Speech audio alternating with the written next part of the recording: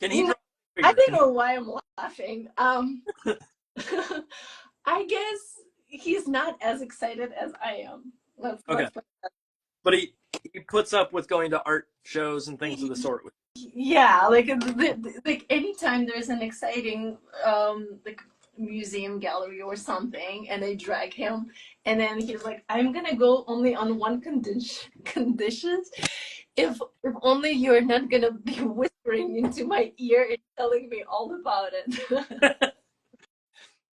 It's time for Gab's Doodle. How y'all doing? Hey, girl. It's Thursday. It's the middle of the day, which is crazy. It means that we're in summer mode. However, I will state that summer mode right now is not all that summery where I am right now. I think it's about 50 degrees Fahrenheit, and it is going to be rainy. And tomorrow, I think it's not even going to make it to 50. We're going to get like inches of rain, and so it's not real summery. However, technically it's still spring, but it's my summer because I'm done with school. So today, welcome to Gab Doodle. We have on a special guest today. We have a guest that makes beautiful work. The one, the only, and for our guest, please know I'm gonna try my best to say the name properly. And if I mishandle it, you can correct me and chastise me afterwards. But Dinara Mirtalipova. Mirtalipova. Yeah. I think I did it right. Who did Woven of the World and Layla and Saffron, and just makes gorgeous work that has lots of sort of folklore and pattern work and really sort of beautiful. The way that I would describe, I think I described it in the ad as a tapestry, but I almost feel like another way to say it is like it's a warm stew of illustration. I don't know if that makes any sense. But we're going to let our guest in 1 second. I'm going to put Ask Us Anything in the comments while I do that. I want to let you all know that after this is done today, I will post it to my feed at Studiohoffmann as well. I'm going to put it up on YouTube. And so if that's a way that you prefer to watch these, that's okay. It will be after the fact. But the feed will be here for you to look at. All of that is just Studiohoffmann. It's 2 F's, 2 N's. And let me let our guest in.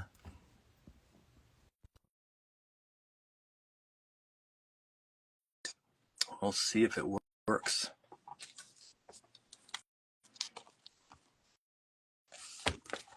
We're gonna give it a second. While we do that, we'll showcase some other beautiful spreads in this book.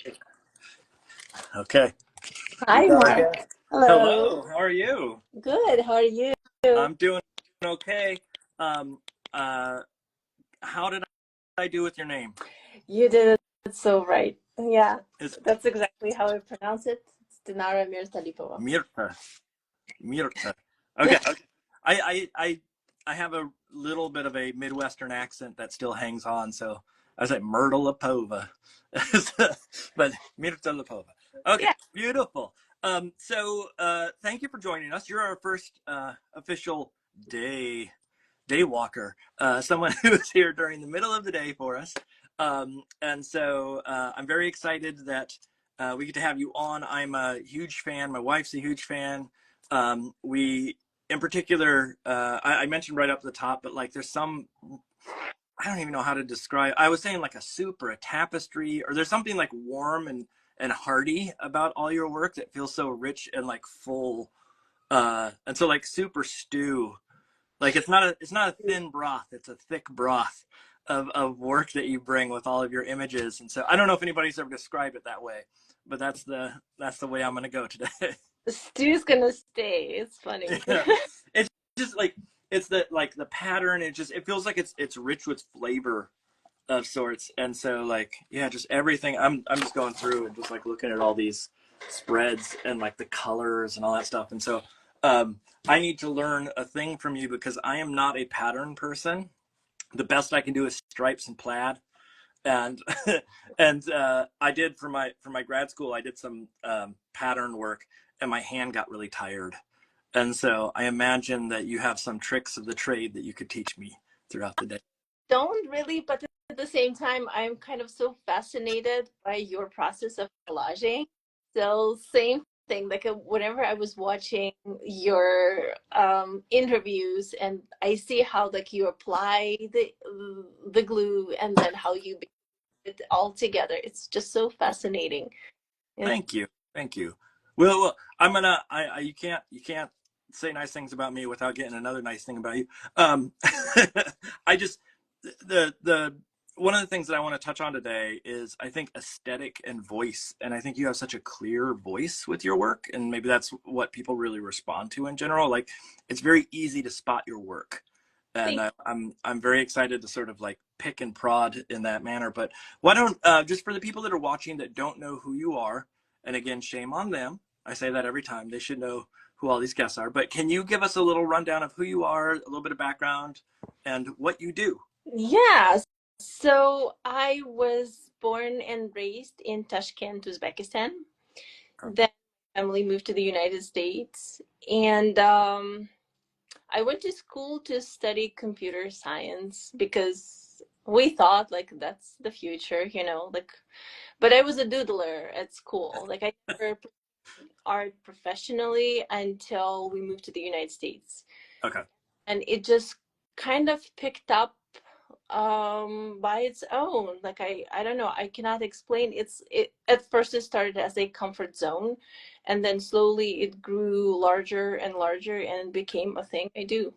Do you, do you did you think that computer science? Well, let me ask. When you thought you were going into computer science, what era were we talking? Was The like early okay. 2000s, like Just mhm. there's an era where like that was a. I mean, it's still a big thing, but that was like the start It- of the major yeah.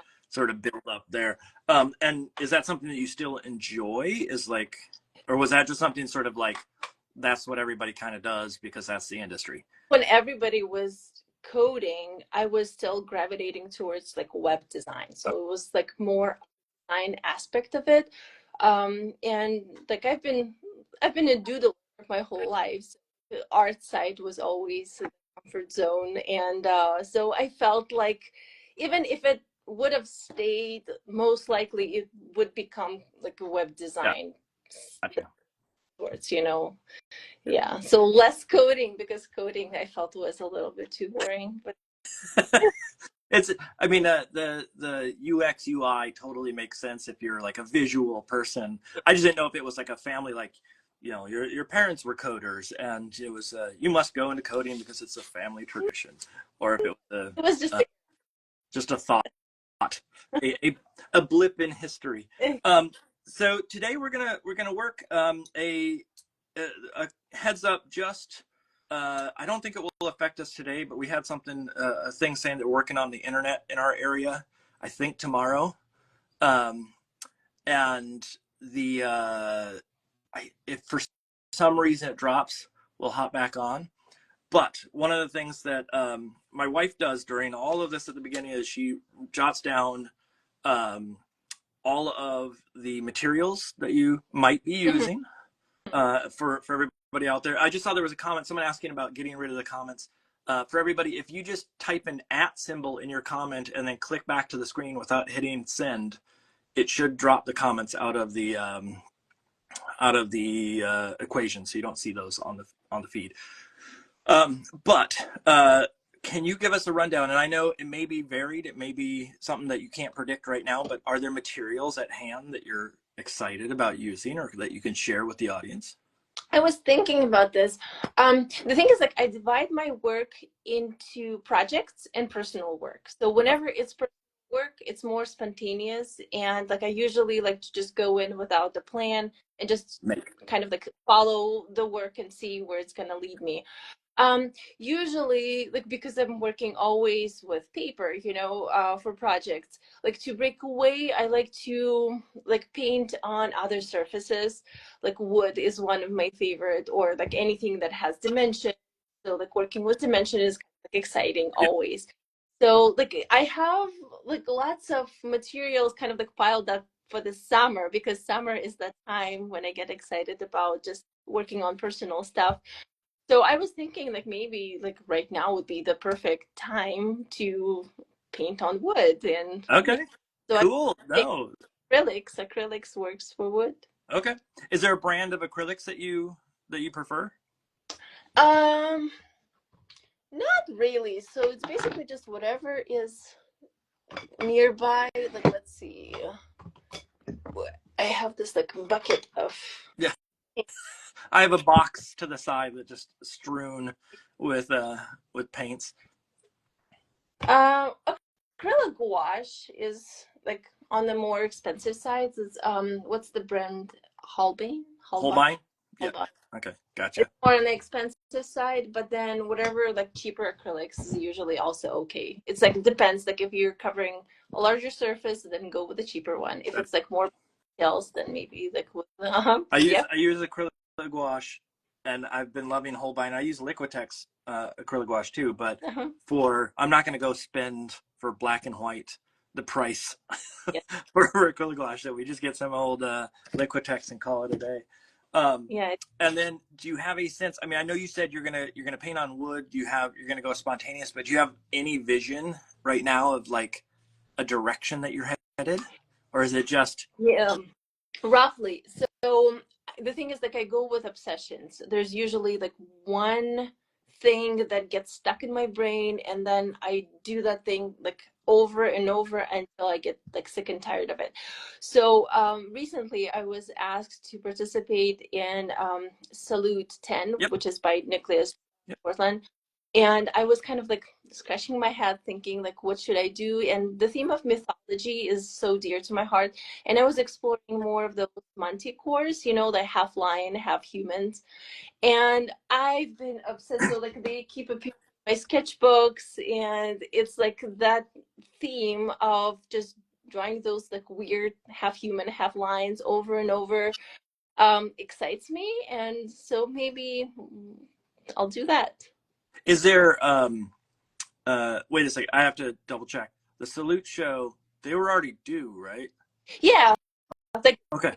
everything is You've, ready. you've already sent them. No, I was, for some reason in my mind, I was thinking you're still working on those, and I'm like, no, I'm pretty they sure that they were already due. are so Yeah. tiny. Uh, and that's just like not enough. It's like I finished, I send it, and I'm like, I'm craving some more. Yep. Gotcha.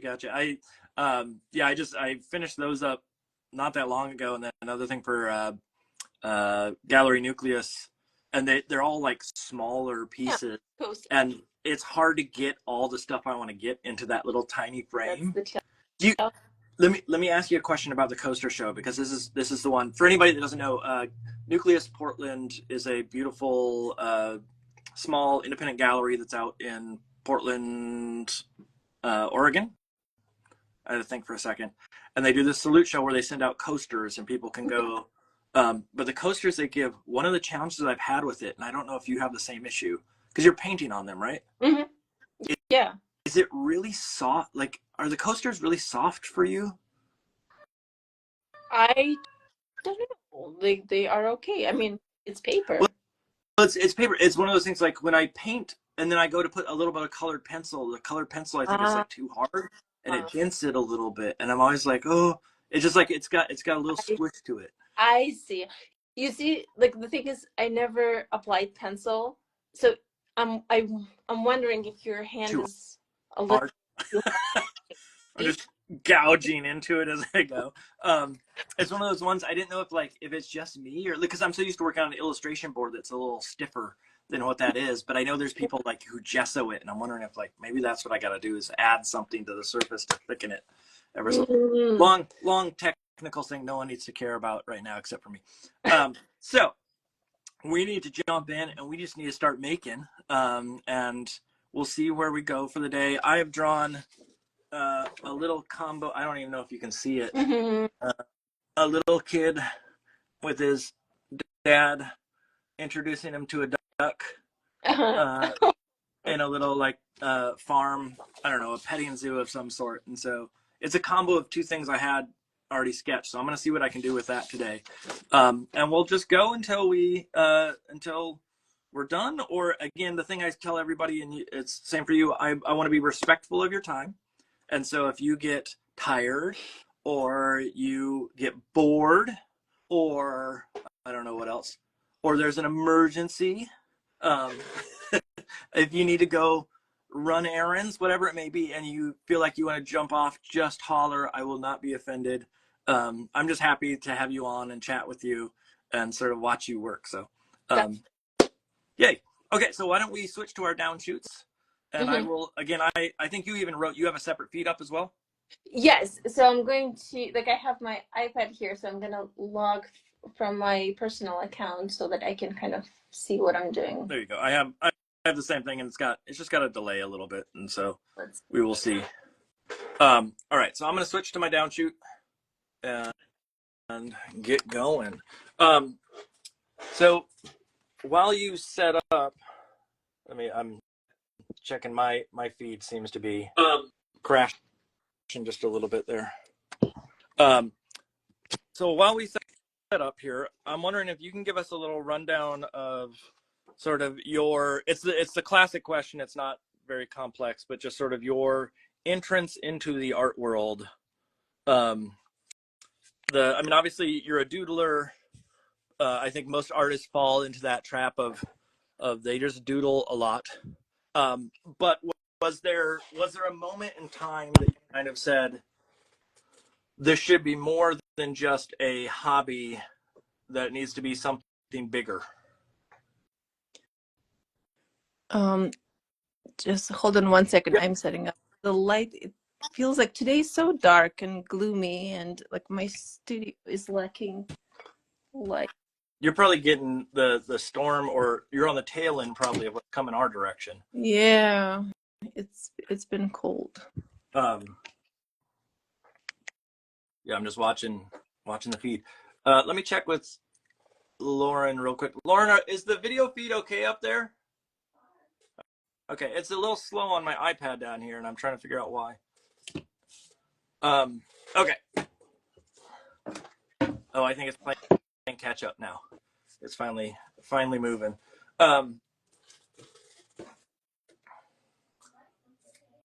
Yeah, the light. I think the light looks okay in your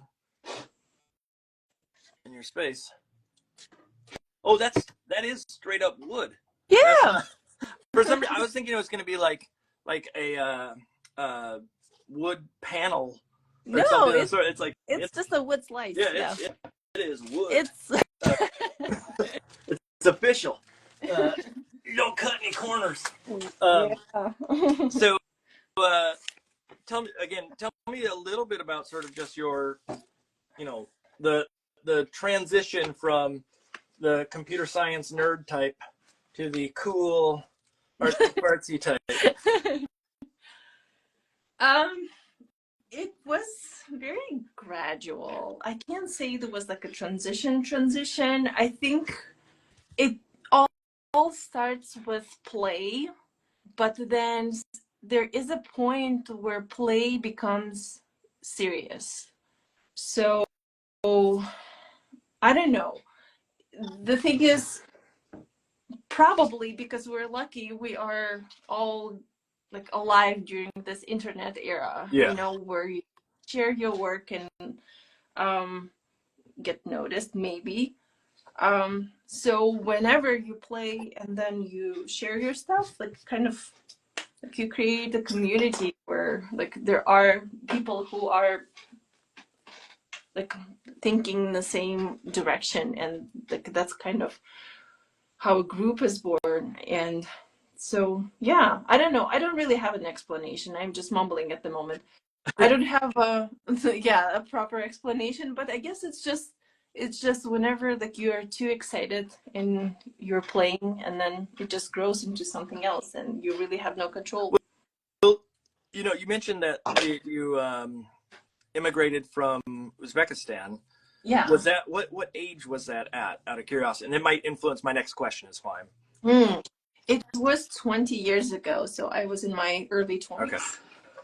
So the wonder, the thought that I have is sort of um, did that sort of idea of becoming an artist, was that something that was accepted or not necessarily respected, but like considered a true path for someone in Uzbekistan, or was that something that like admittedly you said the idea of like we get to essentially doodle and play, and I'm wondering there's certain regions of the world that just don't have that luxury in some sense of that sometimes to make ends meet you have to take up hard labor or things of the sort, and I'm wondering, was that transition something that happened when you got to the States, or was that something that you knew sort of earlier than that you wanted to pursue some sort of professional realm with art? I see. Well, the thing is, in Uzbekistan, many people are just creative. Like, for example, my mom had a day job, but then in the evenings she would be like sitting and embroidering and just, I don't know, just being very artsy and very creative. So Yeah. in a way, I felt it was just the thing you do, without really like being so how to say, serious about it. It's just like a hobby that usually people do in the evening. And so I never really paid much attention to the creative aspect of it. I just felt like that's what people do, in the evening. Yeah, just to ease their mind at the end of the day or Yeah. what have you. But then once we moved to the United States, and then I ended up like in this like artsy community, and like that basically changed my whole perception about what is art and what art can be. Was there I mean, I assume with your mother doing embroidery and things of the sort that's some of where you get this love for pattern and folk I guess, sort of. yes. And I call myself a folk artist, and that basically means like in the nature, folk artists are not professionally trained. So in my view, what separates folk artists from everybody else or professional artists is that they create mostly, mainly for themselves. Like, for example, let's say if tomorrow there is no audience, if tomorrow somehow like your name gets forgotten, will you still be showing up for your work and creating the art? Yeah. If Yeah. the answer is yes, because that's just the way you live and there is no other outcome, then you can call yourself a folk artist, because basically you're creating this work not to please others, but because there is no other outcome. And being taught not in a professional setting where there's a school and kind of like know the rules and everything, but by showing up and kind of like learning it more about yourself, I guess.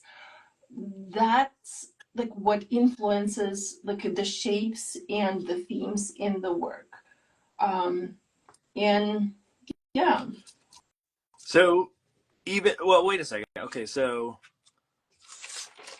let me wrap my head around this, because I think I get what you're saying, but the idea of like if you have a commercial job, then like looking at these two books that I have on the side, the Woven of the World and Layla and Saffron, do you consider those folk art, or do you consider those something other, Well, because it is not made for you, it's made for a general audience and sort of a commercial setting? the two books you're showing, there's a huge gap in between them. Layla and Saffron was my first book that I created commercially. And like there was this learning curve where I felt like, oh, I needed to do like a specific thing that the editor wanted me to perform. With the Woven of the World, there was like so much growth in between them, because um, I started the project with the same mentality, but as the project was like with the commitments, you know, of the Yeah. deadlines, and as we're working on the development of the story and like, you know, like the traditional way of the thumbnails and so on, somewhere in the middle, I flipped out and I said, like, I just don't like where it's going. Like, I feel like I'm performing and doing what they want me to do, but it's not kind of the work that I'm excited about. So I asked my editor if it's okay if I will start completely from zero and basically revisit the whole layout and the whole concept. So you can imagine it's such a risky thing to Yeah. ask. I know that my first reaction is like, Mhm. oh, what's that? Exactly. Right. And to my surprise, it was like accepted quite well. And I was given the opportunity to kind of like begin from zero again and to pursue the work from the point of view where I was doing it more for myself rather than for the audience. Yeah, for someone else. I mean, that is an interesting. I've never had someone ask or say that they've sort of asked for a complete start over or a do over in a sense. But I also understand from the publisher's point of view, like they want you to be happy and proud of what you've done, and as long as there isn't some major like deadline crunch that's has to be moved by a whole year or whatever, then like yeah, They don't always want you to be happy with it. Like I would say majority of them just wants to get the thing done and just like move on to the next project. So it depends who the publisher yeah. is. Luckily, Chronicle Books is very respectful and they approach books differently, I would say. Yeah, they're Chronicle is one of those ones where I feel like they're willing to go the artsy route. Yeah. And the like take time to make something that is not just about sales, but about like quality. Absolutely. In a way, they're one of those publishers that are on the list of like top publishers I'd like to work with, just because the quality of what they do and the sort of follow through is so nice.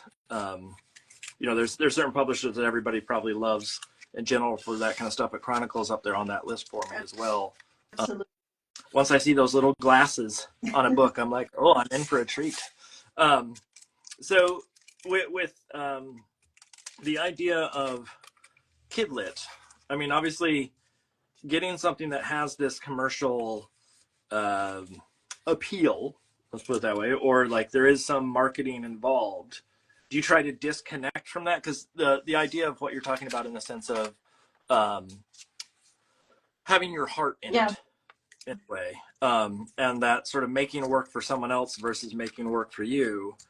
Is there a cutoff point wherein you're done making the work and then you're willing to, or not willing to, but you're more sort of hands off when it comes to final production of it, in the sense of like, you know, how do I put this? Like, as long as the heart of the book is still there, are you okay with how they market and how they sort of publish the book? Or is that something that, like, if they came back and said, we want to do this on this type of paper, would you go, oh, no? They usually ask it up front, what type of paper, like what kind of, like, I don't know, finishings you envision and so on. So usually, yeah, you kind of like get a say in the beginning of it.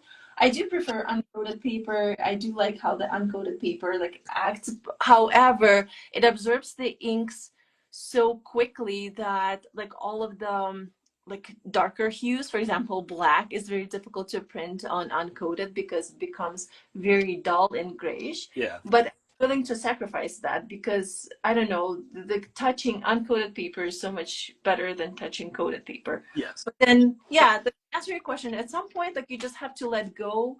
You cannot be completely fixated on the project, and there is definitely the time where you're like, it is what it is, and it's time to say goodbye and wrap it up. Like you cannot always be in full control of like the direction, how it's taking and so on, because after all, it's a collaboration, you know, it's not just your work, it's the entire team. It's the author, the editors, the graphic designer, I don't know, there are so many people involved that like I would say it's very selfish to think that it's like your only project.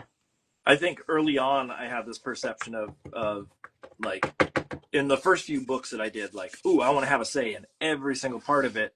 And then I quickly realized that there are people whose job it is to know all these details about marketing or about sales or about what's going to sell on the shelf, that I just don't have the knowledge. And once I let go of that, it's like so much easier to be done with a book, and then you get to move on. You don't have, I mean, not that you shouldn't think about it after that point, but there is a like a release moment of it's out of my hands. It will be what it will be. Exactly. Yeah. So there's someone named Ben who says, "Hi, Dinara, it's Ben. Do you feel like in illustration, especially the way it's taught in college, it's sometimes taught more as a product instead of an artistic expression?"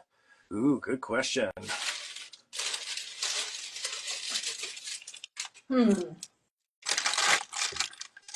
Let's read this question once again. Hold on a second. So, Do you feel like it's an artistic expression?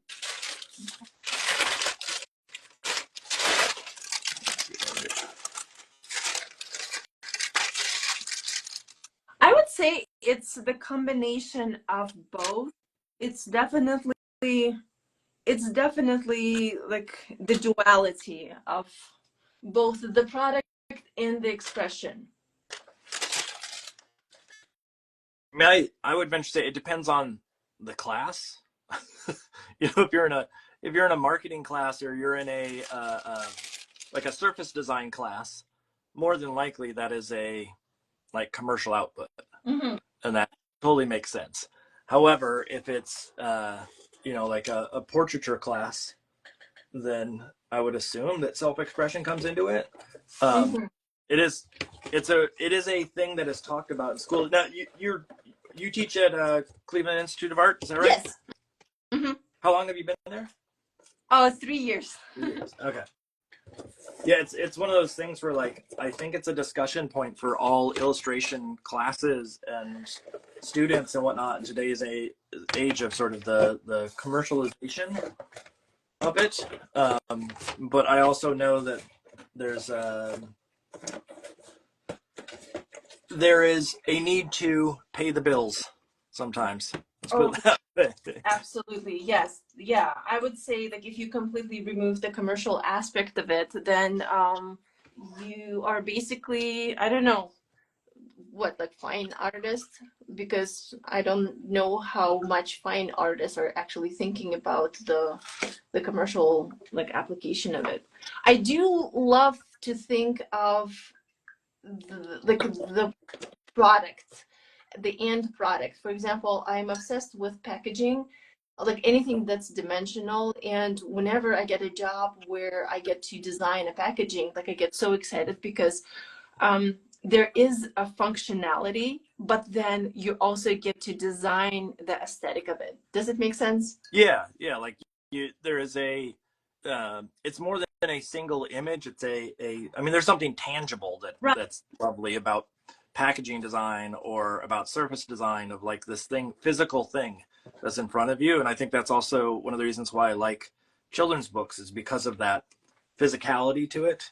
Exactly, like physically flipping the pages. Yeah. And I mean, even like I don't know if it's the same for you, but when I started out as a editorial illustrator, most of the time the work would go into a magazine, and then it was a single image. It was on a page, and you were lucky if you got a copy of some of the magazines, because sometimes they just didn't send you it. They may send you a tear sheet, but outside of that, you may not see it. And so then all of a sudden it's like, it's not a real thing. In a way, it's this sort of like idea of an illustration, and then all of a sudden you get this opportunity to make a book, and then do a real book, and there's a different experience to it. And if you think of it like from the point of view of restrictions, do you like restrictions or do you hate restrictions? Because like making the book, there are so many restrictions, like I mean physical restrictions, like in terms of the page count, like the format of the spreads, like the size, like the limited color palette and so on. Yeah, I mean, are you asking me or are you asking the Yeah. audience? No, Oh, I'm. okay. I For think me, both. I kind of like the idea of at least some limitation. Like I don't know about you, but I thrive on a challenge of how to solve something. Yes. And it could be a conceptual challenge. Sometimes it's a technical challenge. And so like, sketching and trying to figure out how to place type in a piece, I think is fun and rewarding when you actually find something interesting and new. I know that some of the technical stuff does get boring for me over time, and I don't know if it's the same for you. Of like, and I think this may be what you're hinting at in a way. Of I really struggle when it comes to maintaining consistency from page to page. Mm-hmm. I see. And so, like, to me, that idea of like having to live by those rules of like not being able to play with or change a color palette dramatically from page to page for fun, Mm-hmm. not because it's a certain time of day or something of the sort, but just because it's Mm-hmm. fun. That becomes a little bit challenging. But for the most part, I think that uh, it's a balance. I think you have to pick and choose where you let go and where you try to play by the rules. Like even the book that I'm starting right now, um, not necessarily in front of us today, but uh, I'm trying to find that line of how much detail to put in for the art director so they know what I'm doing, and how much do I let just kind of happen on the fly and take a gamble that they might go, no, that's not what we want. Uh, Yeah. and it's a risk, but I also think that if I really know what I'm doing and feel good about it, then it will come out okay. Yeah. What what kind of time frame do you put into your books? I think that's the question that sort of springs up in my mind of like there's a challenge for me of speed and trying to appease the audience or the art director and the editor of like, oh, I need to get it done at this time frame for them, and Mm-hmm. some make sacrifices of my own um, interest level or excitement to meet that deadline. Mm-hmm. And so I asked the same of you, sort of like time frame wise, are you someone that works relatively quickly, or do you like to give that like to let it sit and stew a little? You like the word I stew. know. I realized I said it twice. I'm sorry. It's okay, it's just funny. Um, I would say, like, I like to think the idea, like the visual concept of the story, like before I even begin working on it. So it takes time for me to process like the visual flavors. Um, and then I like to like write them down or like scribble in my sketchbook and then kind of like to get the general direction and general sense. And then I communicated with the team, but the thing is, it's always like I try to explain this when I work on projects, and to me, the magic happens when you're actually sitting and working, and it's the relationship between the paintbrush and the paper, because there are so many like last minute decisions that it's just impossible to predict. And then sometimes you think that the direction is going well, but then once you sit down you understand that it's not quite the solution, or you have Yeah. the completely different way of approaching the situation. And I like to explain that like allowing the wiggle room and permitting a little bit of like the change in the course should be absolutely like at the core of every like assignment, every creative assignment, because we're not robots, we are thinkers, and sometimes ideas like I don't know, the concept of the image comes last minute.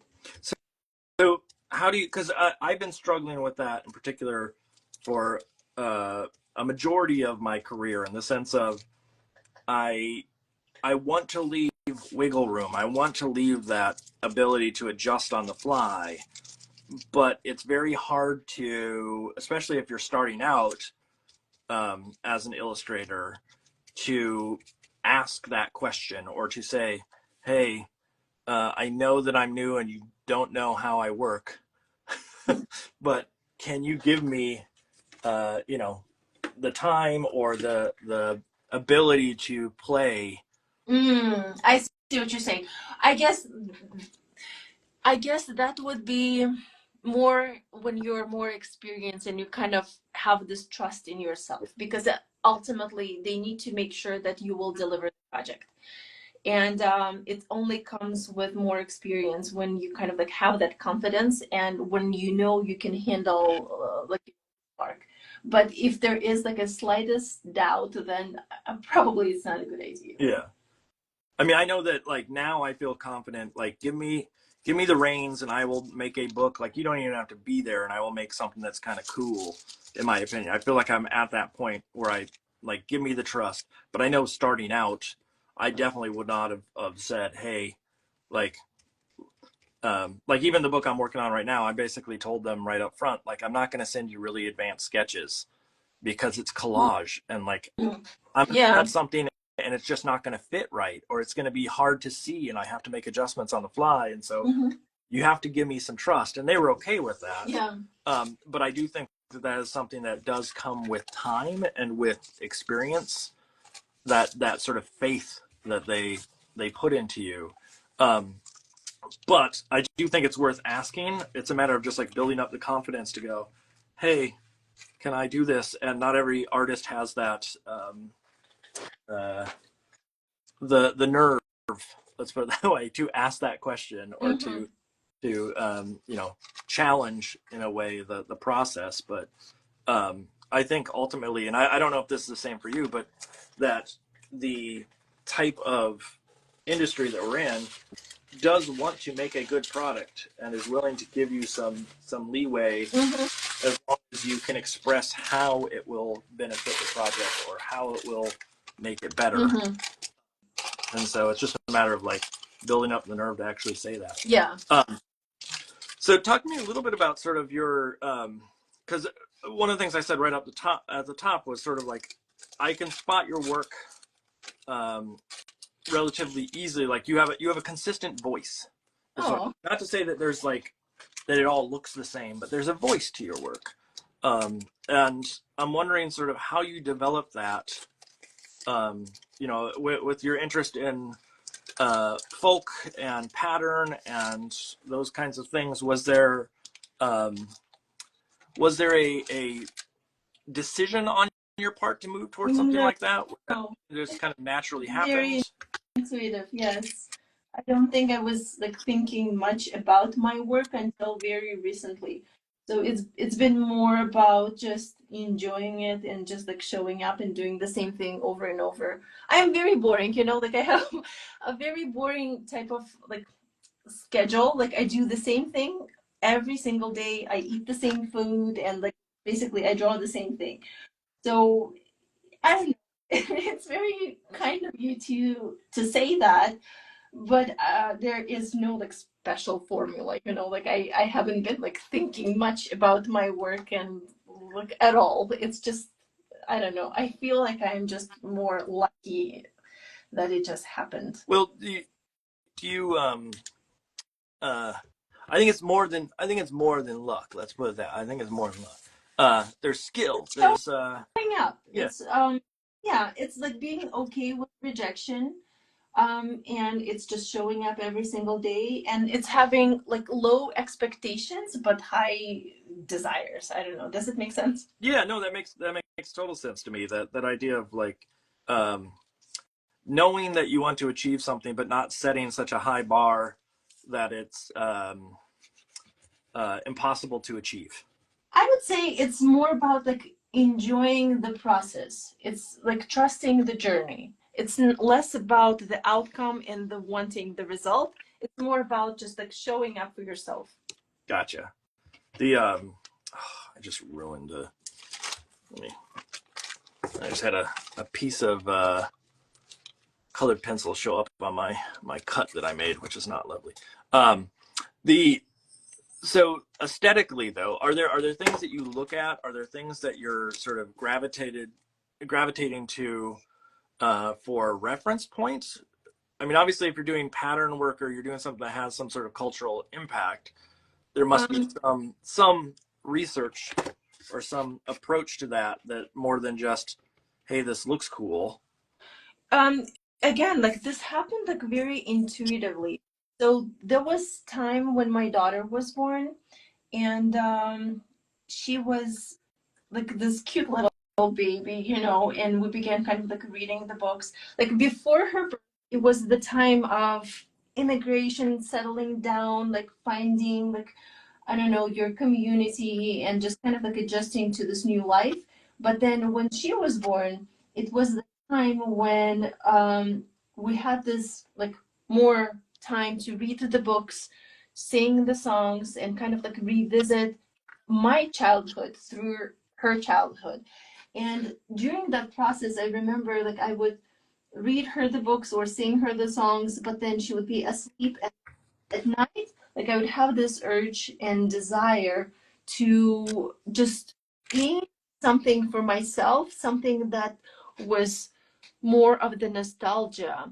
And I wasn't really trying to mimic anything specific. It's like this whole time growing up, like you were trying to adjust to the new thing, that all of a sudden this was one permission to revisit the past, and the past kind of boiled up on this and showed up on the surface as a flip side. Does it make sense? Where Yeah. like it naturally came up and it began just pouring out through my paintbrush and onto the paper. So intuitively, I was just drawing all of those cultural flowers and the patterns because Uzbekistan is so full of patterns. And my grandma would wear colorful clothes, and then her, I don't know, house was like filled with all kinds of different flowers, you know. Growing up, I felt like it was too much and I really hated it. But then now I feel like that became like a prominent voice in my work. And I don't know, partially, I guess, because it's nostalgia. Yeah, no, that totally makes sense. Like it's not necessarily that you're going out and researching, but you are. It's like it sits within Yeah, you inside of art, and then it just shows up one day. yeah, you're pulling from your own research essentially. You are your own encyclopedia Right. of And information. yeah, and then once again, it's the satisfaction. It's like enjoying the journey because as I was sitting down at those late nights and paint, and even though I was exhausted and tired and so sleep deprived, the process of painting those like motifs became so soothing and so enjoyable that I remember like I was like so tired, but I couldn't wait to finish like what shows up on my paper because sometimes I just like commit it without like really like I don't know sketching out or predicting the story completely. Is there uh, with how old's your daughter?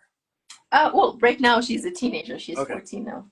Okay, yeah. So she's moved past that age. I didn't know. I have a 12-year-old, and we're past that point of like kids books. But I do think that idea of like you mentioned that falls asleep so potentially fast as you're reading that book.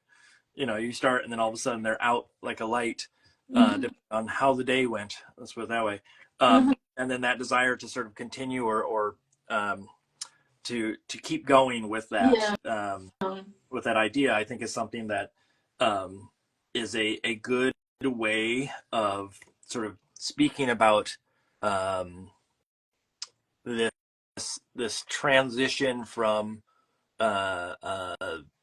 parent into kidlit. Yeah. Because I think it happens for quite a few of us. I know it happened for me, that idea of like the first book I got, my son was very, very little, and I was inundated with books. And, it was something I hadn't really given a lot of thought to until he was in the household. And then all of a sudden it's, well, we have lots and lots of books around, almost too many books Yeah. at this point. and it's okay. It's okay to have that many books and to live that kind of, or to have that desire to continue in that world. Um, with the work that you do and the process in which you work, do you find that there is uh, an expectation of sort of what people want or they desire out of your work at this point? Like, one of the things that I worry about, and I don't know if this is common for illustrators, but I think it's something to sort of dive into, is that idea of, do you feel like you've become a known commodity to a point wherein it's hard to break out or to challenge that idea of what you do? Well, first of all, I don't think there are many people who think of my work at all. Oh, I still feel like I'm like enjoying the process mostly for me. Um, well, there, of course, there is my agency that I'm with, and they are like interested in like my success and continue to work with me, you know, and like still like producing more work. I don't know. I I don't really think that people are expecting anything specific. I think you are the driver in the position of deciding where you want to go and where you want to take your next work, you know. yeah. It's not like you're an established brand, you know, and like I've never declared that this is the style I'm going with. And there are experimentation, like what you are seeing is probably just one tiny little bit because I don't share that much anymore. It just became kind of too much recently. But I have so many experimental art books and sketches and like different work where you will look at this and you'll say, "Oh, I didn't know this was created by you." Um, and I guess it's more about enjoying the process. It's not so much about like once again like not focusing about like the outcome and the seriousness. The um, yeah, I totally makes sense. It's a matter of like, I think I struggle a little bit with that idea of the type of books that I've made in the past and the type of books that I want to make now.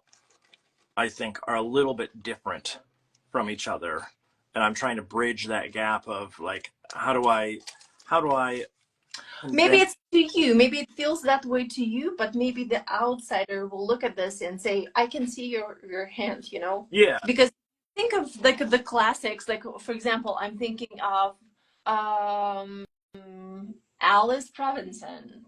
Like her work varies from book to book, and that's okay. And I don't know, I don't think you need to declare one style and stay committed to it. I think it's absolutely okay that like your earlier books like to you feel different because like you probably recognize the growth.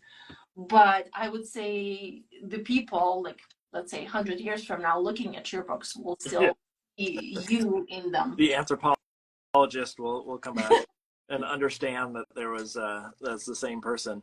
It's one of those like, I think it's an anxiety thing. I think it's a imposter syndrome thing that just sort of pops up in a question in my head more often than not. I'm wondering, do you have questions like that sort of quandaries that you're trying to figure out?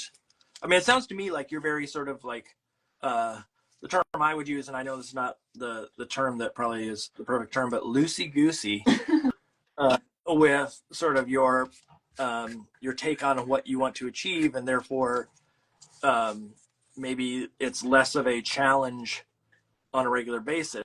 But do you have things that like you kind of question on a regular basis, uh, you know, or that cause you some sort of concern or anxiety in the sense of, am I doing the right thing as an artist, or It's you know, not whatever it about anxiety or concern. It's more about following the curiosity. There are things I'm interested in. Like for example, at the moment, I'm so obsessed with what is negative space, and like from the conceptual point of view, because people don't really think about negative space. And at the moment, like I'm exploring that in my like sketchbooks, and like I do a little bit of like writing every day. So I'm debating what is the meaning of uh like empty zone, you know, like the breathing area, because Yeah. we feel it's so intuitive, but if you really think of it, it's so essential. So it's like more about questions like that. It's less about, oh, like where I'm going with my work. It's more about, oh, let's like pursue like this concept further and see where it's going to take me. And then the kind of like being more aware and conscious about that one topic, you know, like one topic at a time. It's interesting that, and I don't know if this is like, I'm trying to figure out like, I understand the sentiment there, and I'm wondering if it's just because I've been teaching for so long that I don't even think about some of the technical stuff anymore, like negative space or composition or things of that sort. It's just so ingrained in what I do. Right, but it's not technical, it's conceptual, because negative space or breathing area is that quiet moment that helps you to create focus in the work, and it kind of sets the tension in the work. It becomes like the object itself, so that becomes basically the character itself. In a way, we are so obsessed with books that are filled up with designs that permission to just have a breathing area becomes so expensive, you know, that we always tend to fill it up with items. It's the same thing as like, I don't know, you can take it further. Okay, let's talk about consumerism, you know. This is the society where less is more. Yeah. It's the same equivalent in the empty space, like in the in the negative space in art. It's funny because like these are things that inherently I teach in class, but it just still pops up in my head in a weird way. We don't need to make this a therapy session for me. It needs to shift gears. So tell me a little bit about sort of your love of pattern and your love of making sort of this like obviously the floral, the patterns, the like richness that shows up in your work. Is that something that you immediately like gravitate towards, or is that something that has sort of formed because I'm trying to figure out how to phrase this in a way that makes any sense. When you work with pattern or you work with any sort of like folk sort of visuals, is that something that pours out of your hand? Is that something that you have to like test patterns? Is that something that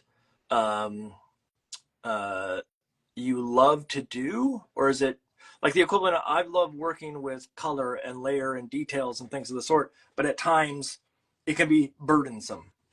It can be challenging and not always the easiest thing to do to work with some of the materials. Like at the end of every one of these sessions, I have sticky fingers from literally just, you know, gluing stuff down, and it's a pain to have sticky fingers at the end because everything sticks to them. And so like there's this not necessarily a debate, but this thing where I have to get through it because I love it. And I'm like, pattern, is that something you go like as you start a pattern, do you ever go, ooh, that's way too complex, now I'm stuck in it?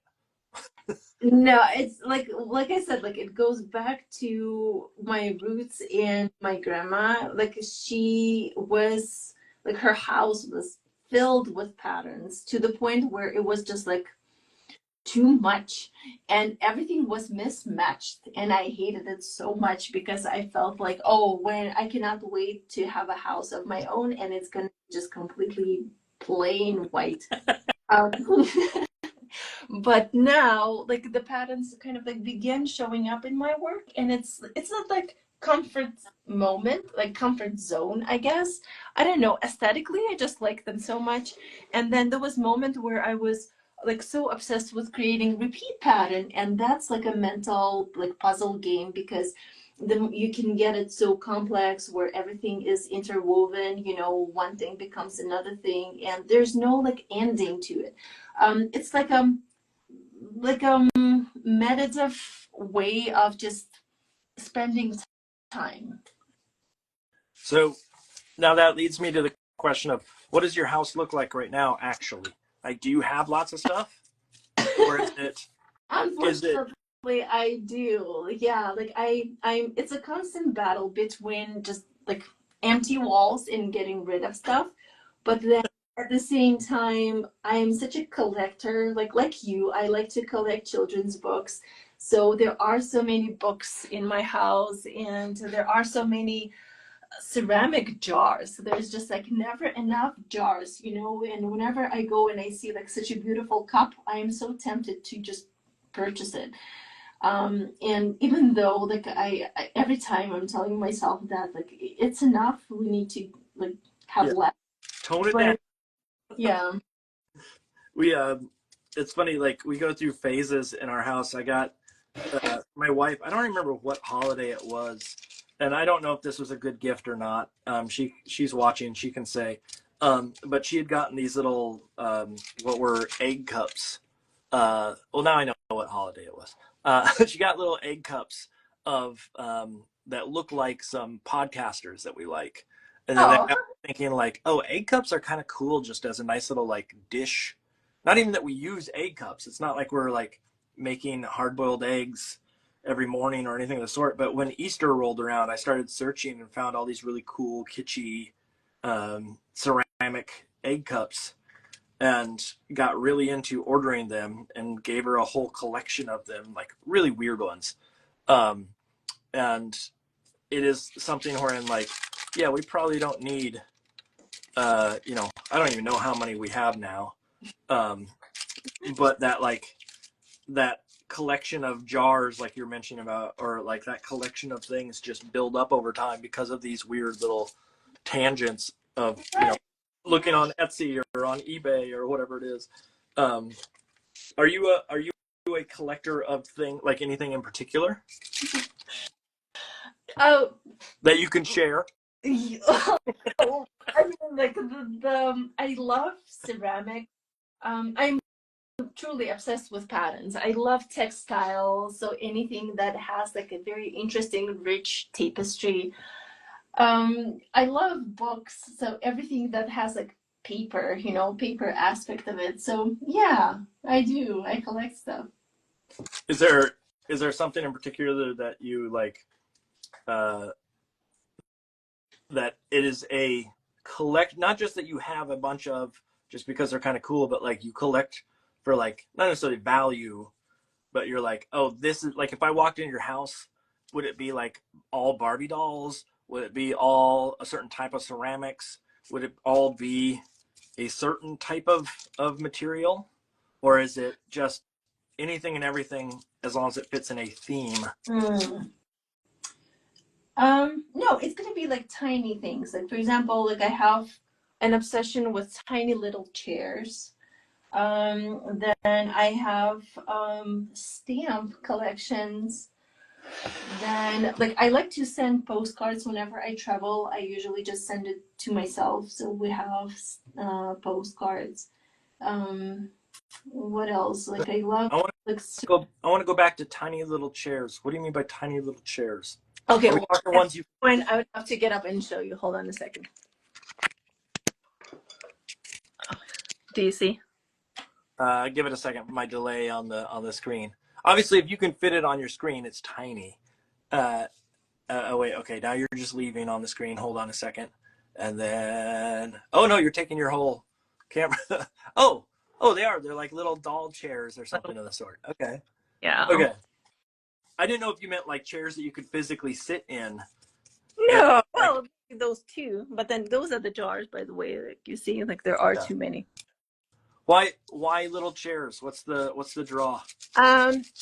Well, my friend Katie is like she started this obsession with chairs, and one time I was walking by a shop that was selling like one of the tiny little chair, and I thought, oh, this reminds me so much of Katie, so I purchased one. But then as I was, I don't know, at a different place at a different time, I found another chair, so it's kind of like it reminds me of Katie so much. Oh, so you didn't. I like. My first thought was the story was going to go, I saw one and I bought one for my friend Katie. It's like, no, it reminds you of Katie. Yeah, I don't know if you've ever heard of it, but there's a thing out here in Massachusetts called Brimfield Antique Fair. Oh. Or Brimfield Antique Market. It's one of the biggest antique markets in the country, if not the biggest. Wow. I mean, it's got to be, I'm going to estimate that it's probably about 20 football fields worth of antiques in one shot. And my wife and I have gone, and you stay, like, in order to see it all, you kind of have to stay for a few days. Wow. And it's pretty intense. And we just went to it this last weekend, but we go and we look for just like weird little funky things. Mm-hmm. And like we were looking at little 1950s like badges that you could get that had I wanted to get them, but they were too expensive, like Wild Bill Hickok and Calamity Jane, and like little sheriff badges that you could wear, but they were way too expensive for what they were. But we collect little random, like that day it was that thing, and if we saw something else, like I'm trying to think of what else we were looking at that I was like, oh, this is cool. Little tin race car toys. It's generally toys, Mm-hmm. but like we're so random with our collection, but there's a vibe that we go with. Mm-hmm. So there's like an old folky vibe that shows up. It's one of those things where like if people enjoy antique stuff, that is the place to go. Yeah. Antiques is very dangerous because like it's important to purchase it and to have it. Well, we don't. There was an era where I was going and like you're painting on wood. I was going out and buying old wood panels, and realized after buying them that I bought stuff with lead paint on it. Oh. And I tested it to see if it was even like okay, and then it was no, it is not okay. I can't use that situation. And we had a little kid in the house. My son was there, and we were like, it's probably not safe to even have this in the house at all. And so I stopped that. But I bought I don't even know if they're upstairs. I bought little wooden buoys. Hold on, let me see if I can go grab them. They're really cool. If I can get them. Hold on one second.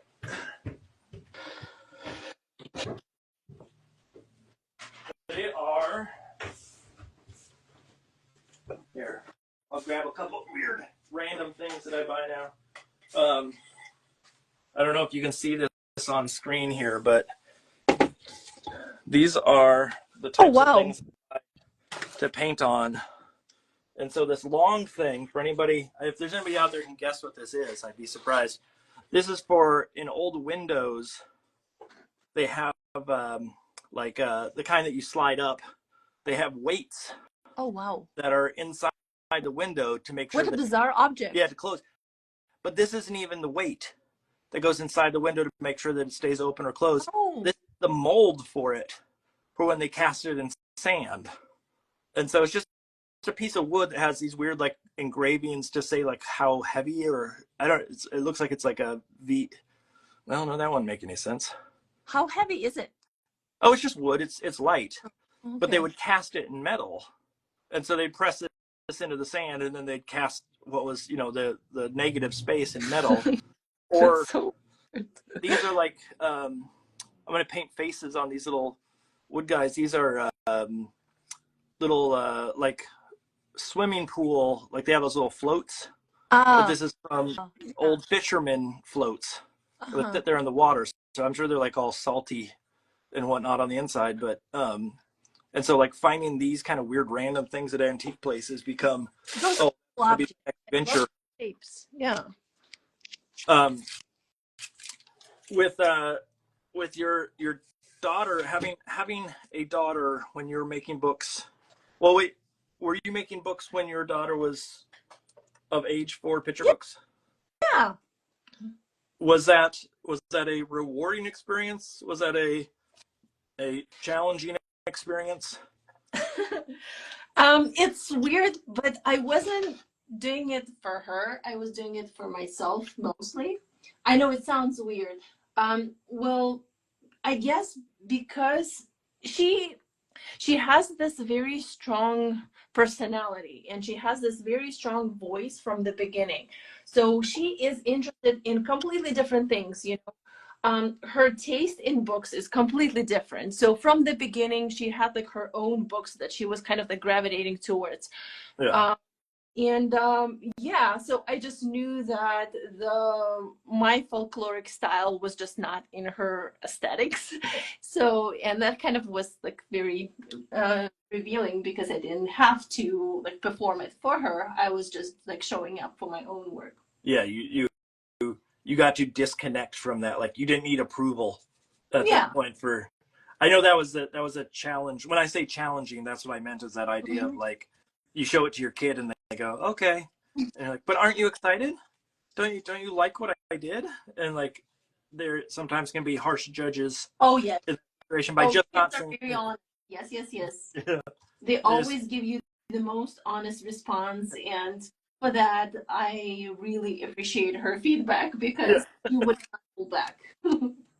We I know, I mean, at this point I assume it's the same thing with like my son is disconnected and I'll show him something and I'll be like, what do you think? And he'll just go, okay, anyways, and then he'll move on to whatever the next, you know, whatever the other challenge of the day is, or tell me a story about some D&D thing that he's working on. But it is that like the parent in me wants to go like, look how cool I am still. And you don't always get that that return on investment with as they get older and become preteens and then teens. No, it's okay because they live in their own world, and to be honest, they have quite a lot to figure out at this age. Yes.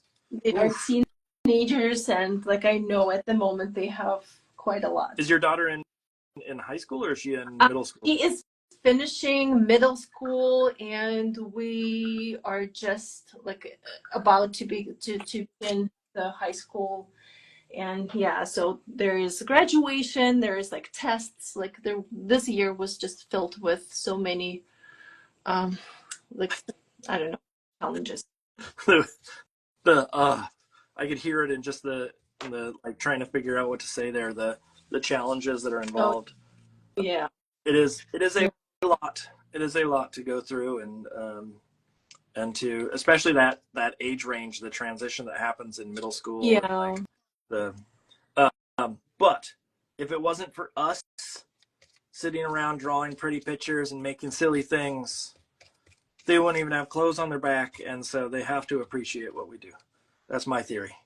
I don't know if it holds up. I don't know if I said that to him, he'd be okay with that. But that's my theory. So talk to me a little bit about sort of free time for you. Like I know you said that you do sort of the same thing every day, or you talked about that like repetitive creating, or the repetitive sort of like making and same eating. Wait, you said you eat the same thing pretty much every day. Yeah. What are we actually having? Well, now that you said that, it's kind of like I can hear how it sounds so weird. No, I guess it's because the day is so busy that like to make up the mind about like what you're eating every single day is a little bit difficult. And like the go-to, like it's nothing fancy, it's just like basically veggies, like saute, and then like I don't know, like a side dish, and that's it.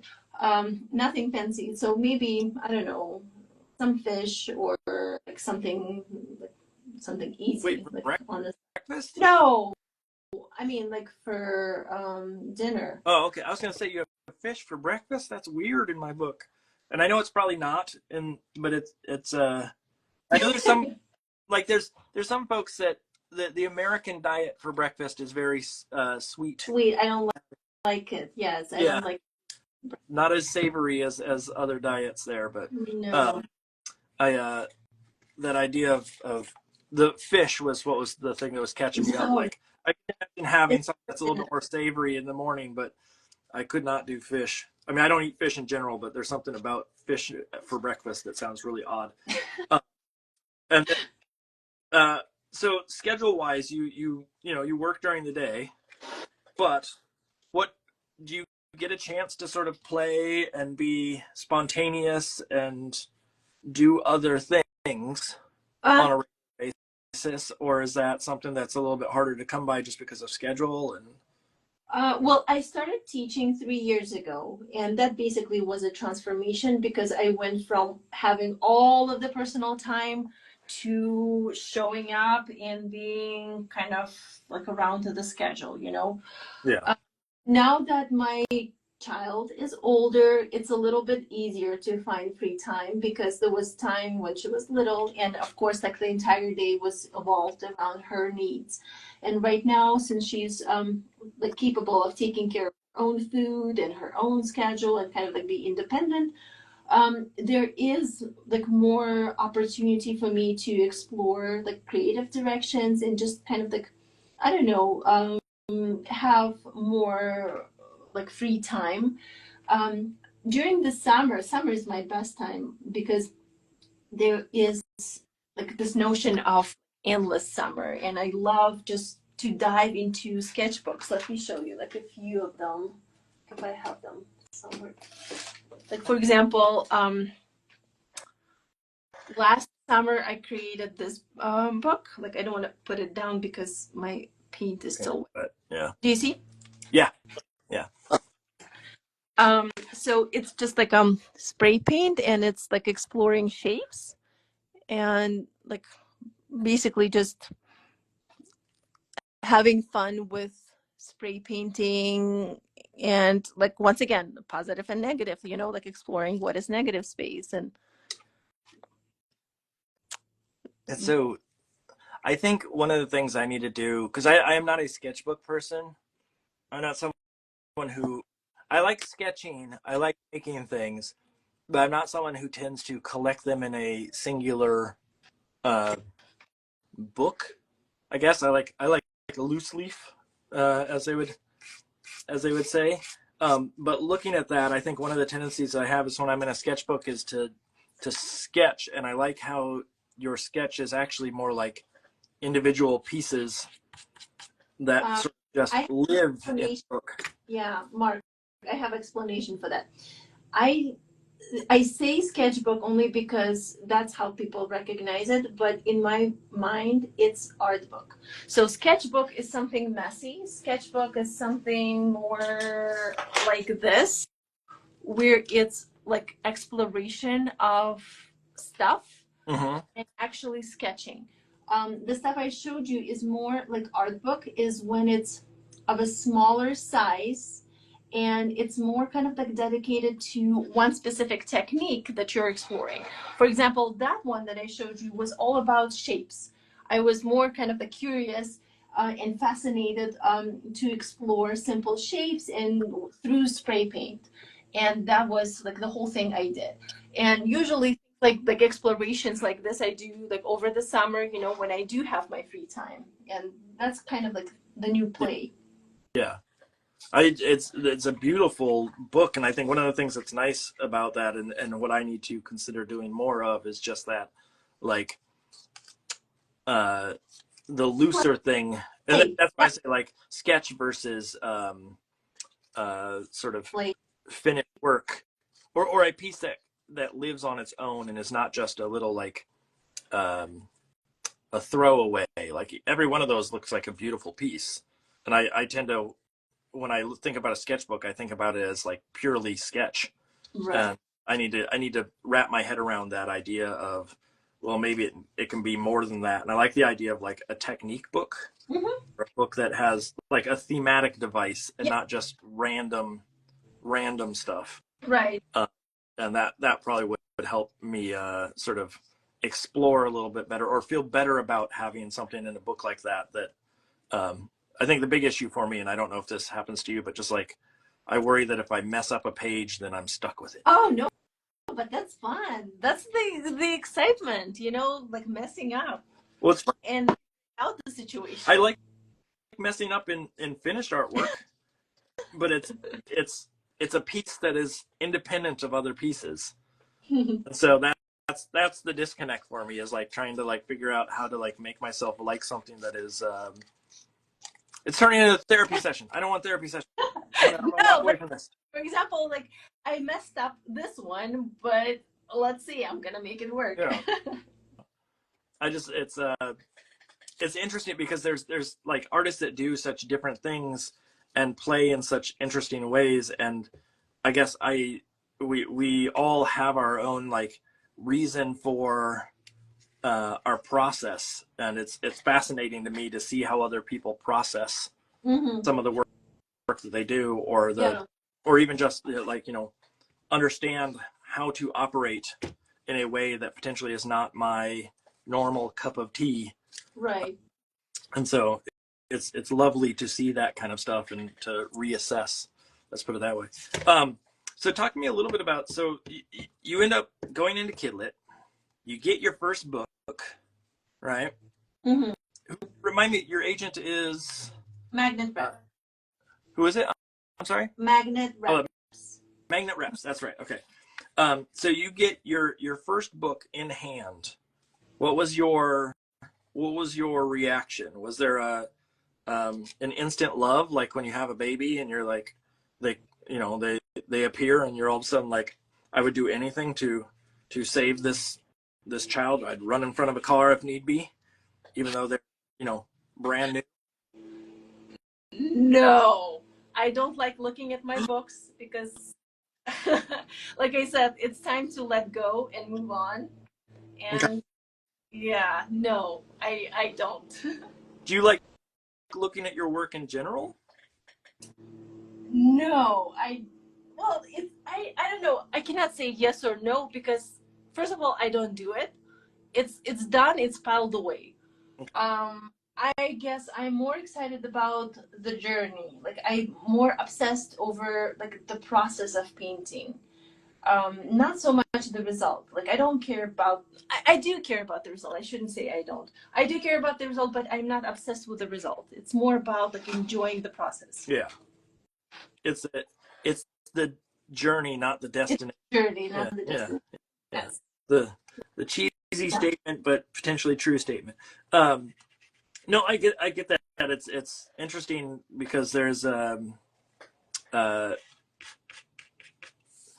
idea of, it sounds, and forgive me if this is sort of overstating it, but I feel like you have this sense of like, I'm going to do what I like to do, and then getting the book, for some people it's like this big rewarding moment, and it's interesting to hear that your take is that sort of just like, well, time to move on and sort of disconnect from it. Because there's never enough time, like it always feels like it could have been a slightly longer deadline. Yeah. It's very difficult, time, like in the exam, to put the pen down, and to say, okay, this work is complete, because like as you're reviewing your own project, you always see things where you could have pushed a little more. Mm-hmm. And yeah. Or in my case, sometimes you see a visual thing that you did that you're like, I made a big mistake. Over the years, you become wiser, I guess, and more experienced, and like you're judging your own work, but from the position of a different time. But then you also have to kind of give permission for your younger self for not knowing, and be easy on yourself. Does it make sense? Yeah, no, it does. I mean, you bring up a very solid point. And this, I don't know if the folks out there watching all know this, but it takes a long time for a book to come out. Yeah. And it can be 2 years sometimes. Oh, and yeah. By that point, you may be a totally different person. You might have a different perspective on what you want to get out of your work. You might have, a different style that you're sort of developing, or concept that you want to play with. And I always, whenever I get a book, I'm always sort of like, yeah, it's been so long that it feels antiquated and maybe a little less climatic than what it could be. I sort of get the book and go, oh yeah, okay, I remember doing that. But oftentimes it's been a whole year since I've made the book, and so there's a difference in some way. Have you ever, like you mentioned the idea of the working with the uncoated paper?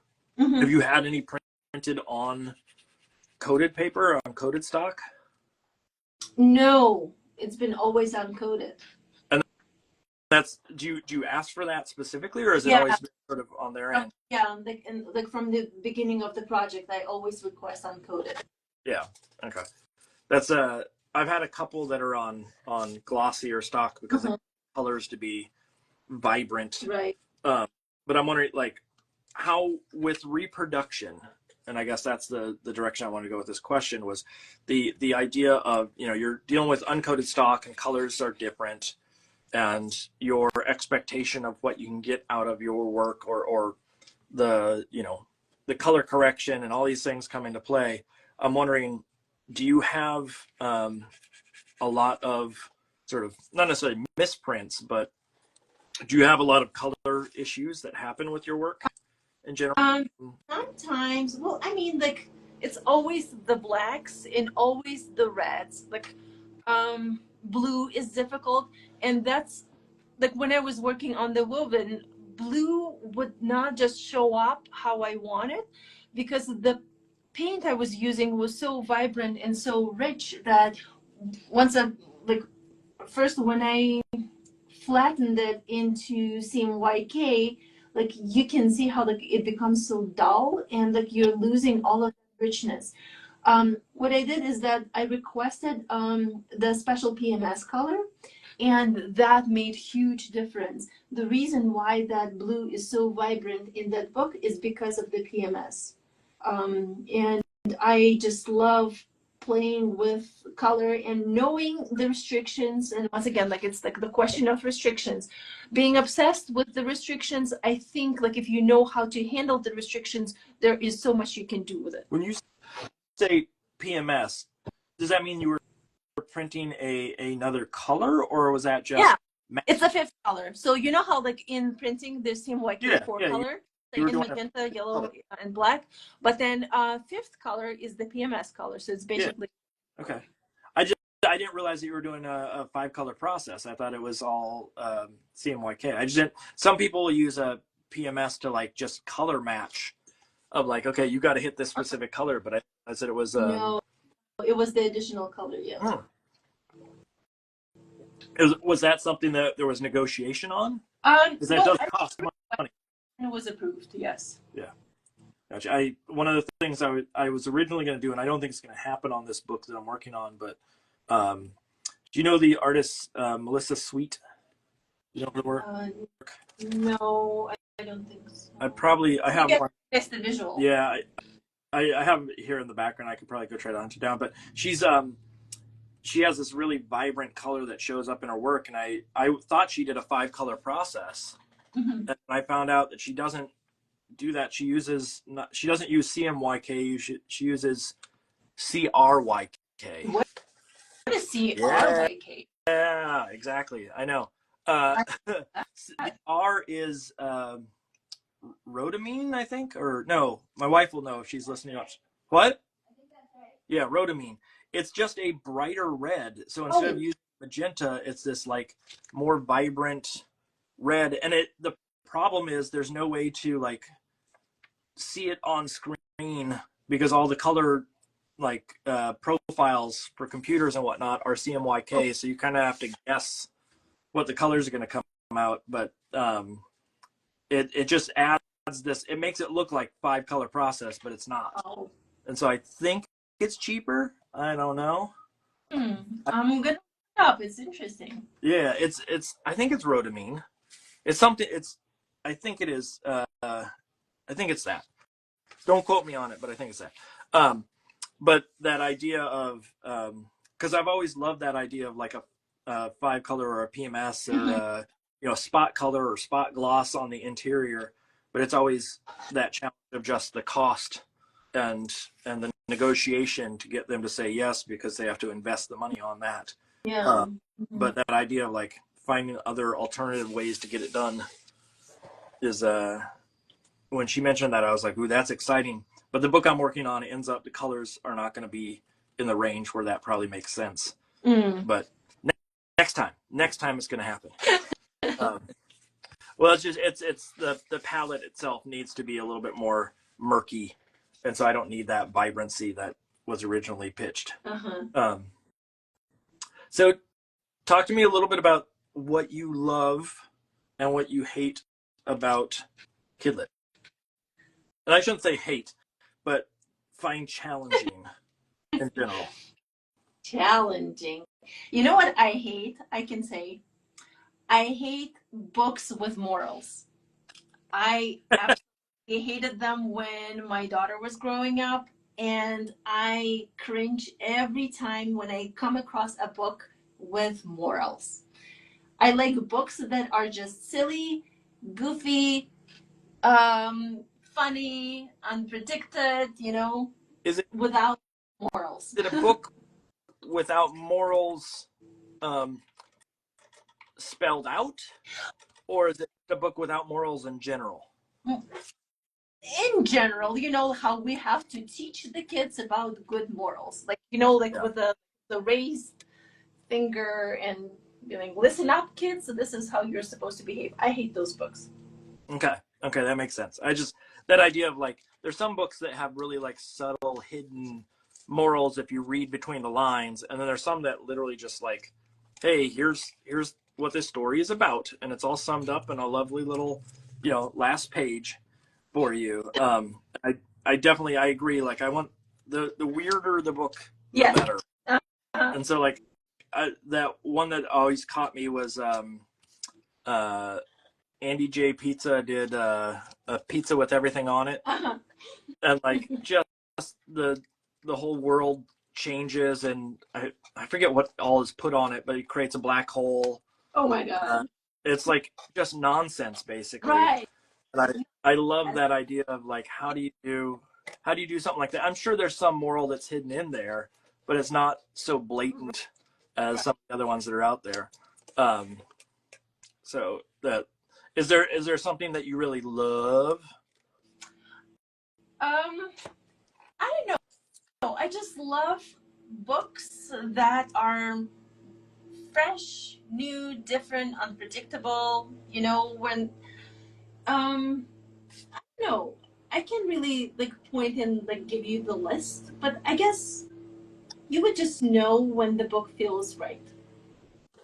Are there risk taking? Yeah. Yeah. Are there artists in particular or authors that you're? I mean, well, first let me back up. You said you have a lot of kids' books. What are we talking? What's the count? Have you counted how many you actually have? I don't know the count because everything is on the shelves.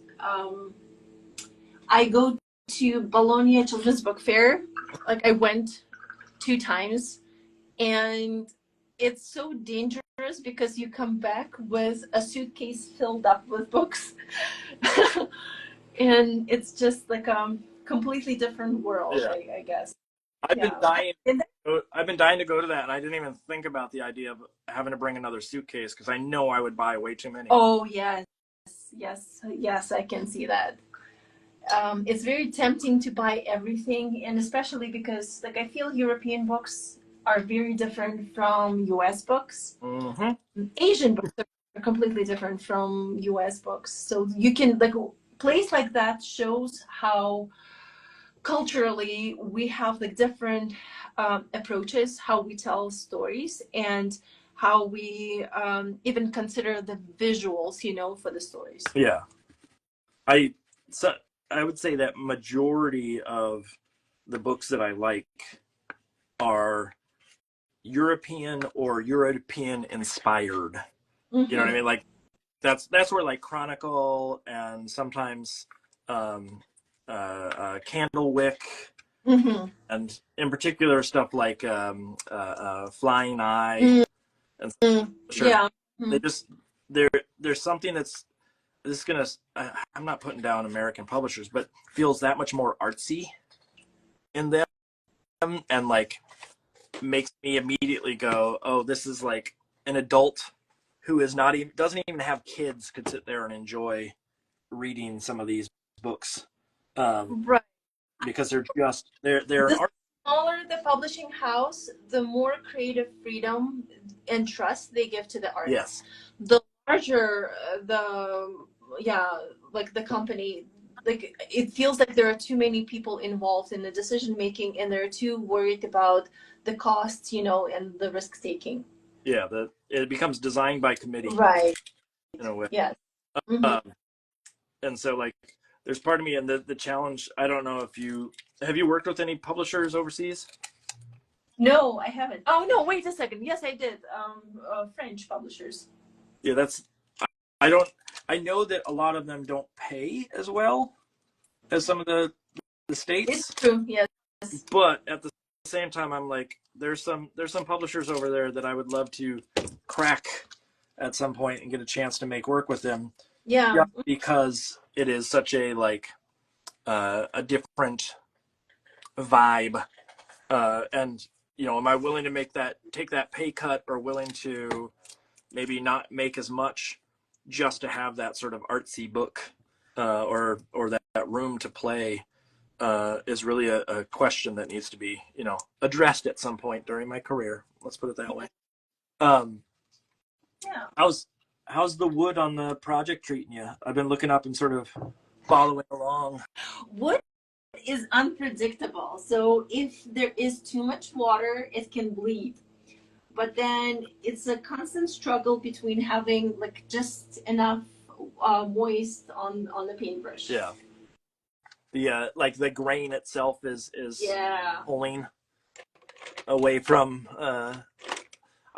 I used to paint on wood sort of exclusively for a lot of work at one point. I would buy birch veneer and paint on it, but it's been a while since I've done that outside. I mean, meaning for like even I would do it for like editorial gigs and stuff, just because of the irregularity of the surface.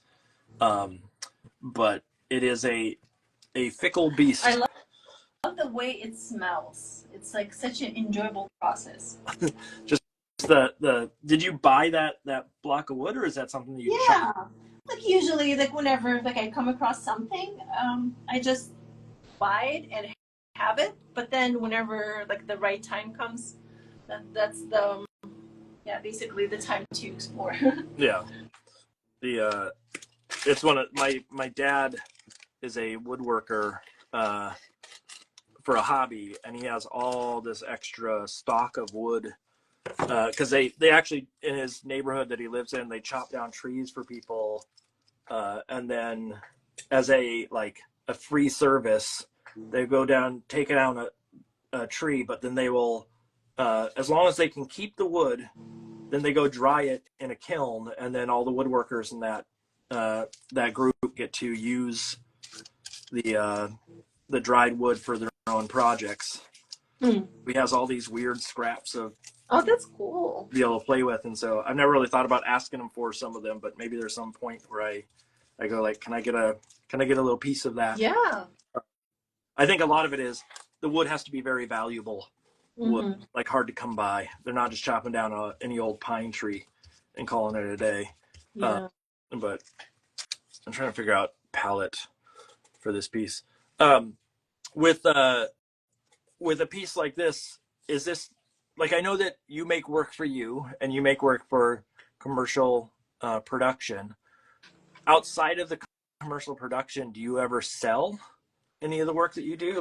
Like, do you ever go out there and do gallery work? And not that often, but every once in a while, yeah, because gallery work is so much work and it just like drains so much energy. Yeah. You mentioned the gallery nucleus, or the nucleus Portland rather, earlier, and that is gallery work. That is. But it's more fun, you know. It's because they're given such a fun dimension, like where it's like the restrictions. Like once again, it's like circling back to the idea of like having fun with the restrictions. I was obsessed with the square format and like figuring out what to do with them. So, and it's just like, I don't know, enjoyable process. It's less about the gallery because they don't really pay much at all. Like it's not so much about making money. It's just more about like having fun. You gotta charge for it. You gotta say, I will show in your gallery if you pay me this much money per piece. Um, I don't charge enough for gallery work, and it's rare that I have like a solo show kind of situation. Most of the stuff I do is those like the small shows like you're talking about with the Salut show. There's a have you shown out? Are there galleries and things out in Ohio where you are? There are, yeah. We have a very artsy district called Waterloo. Last year, I had a solo show, which was showing all of the originals from Woven of the World. Okay. And yeah, it was fun. Did you sell stuff, or was it just a show? I sold like a few little personal paintings, but not so much from the book. Yeah, that's one of those challenges I've always had of like, do I want to, if I were to show work, and I have shown work from books, but it becomes a question of like, is this actually for sale, or do I want to gather in some way, shape, or form? But it is weird to me, that idea of like selling a single piece and not keeping it together as some sort of collection of sorts. And is the art scene there because of the school, or is that no? It's just like, you know, you probably don't think of Cleveland as the artsy place, but there are very many like artsy pockets. I found a very rich artsy community here in Cleveland. When I think of Cleveland, I think of the heart of rock and roll. Oh, okay. I was afraid you were gonna say LeBron James and Cavaliers, or I didn't. Is that who he plays for? I don't. He started here, so I don't even know. Like I don't follow basketball that much. Yeah, nor do I, and so that threw me for a loop. I was like, sure, I guess so. I would have assumed he was a Laker. Yeah, but I think you're right. I don't know. I'm not a sports fiend of any sort. So all I know is that it's the heart of rock and roll, and it's in Cleveland. Yes. I.e. Huey Lewis. That's all that I got. And there's something. Isn't there like baseball Hall of Fame is around there somewhere or something? I guess. Again, we're not sports people, so I shouldn't even be asking, going, hey, where is that now? If I don't have the knowledge myself. With the art scene there, are you someone that goes out to galleries and out to sort of openings and things of the sort on a regular basis, or is that? I try. Yeah, like I like to support my friends, you know, and yeah. There are like many interesting events. Like for example, we have Cleveland Museum of Art, which is exciting. It's like one of the top favorite in the United States, I would say. We're just so lucky that it's practically the back side of Cleveland Institute of Art. We go there quite often, and they have fantastic exhibitions. And yeah. Do you get free access to it because of the school? Well, it's free for everybody. It's just a matter of figuring out how to get there and where to park. But then, other than that, it's free for everyone. That's nice. I'm trying to think, like, we have the Museum of Fine Arts in Boston. I don't know if I can't remember whether you have to pay or not, to be honest. It's been a while since I've been, and I haven't really thought about it. I know where I went to school at RISD, when I was there was a thing where you could go, like, actually, if you wanted to see a piece of artwork that is in their collection that it was not on display, you could just tell them, and they would set a date, and they would pull it out of storage for you. Yeah. Look at it, you know, in front of you on a table or whatever made sense. But I think they stopped doing that, and the reason. But I remember that being such a cool like concept. You could just Cleveland Museum, same thing. I'm trying to figure out how it here for this little. I'm trying not to have to paint a lot of scraps to get this to work. How is I'm watching the feed here. It looks blurry on my end. I hope it's not blurry on everybody else's end. But my wife says that she's amazed at what you're creating, and is it just off the top of your head? Yes. Like you have no sketch at all. No. Is this the kind of stuff that's on the coasters? Kind of. Right. Yeah. It's the same motives. Like I said, like it's like the same. Like I'm gonna be obsessed with this thing like the whole summer. It will be like this work showing up in different variations. With the coaster stuff, did you do all the same type of, not same image, but like, do you do a theme every time? I've done it only twice. The first time I wasn't quite sure what to do, so I did birds because birds was like comforting. This time I decided to have a theme, and the theme was monsters, mermaids, and manticores.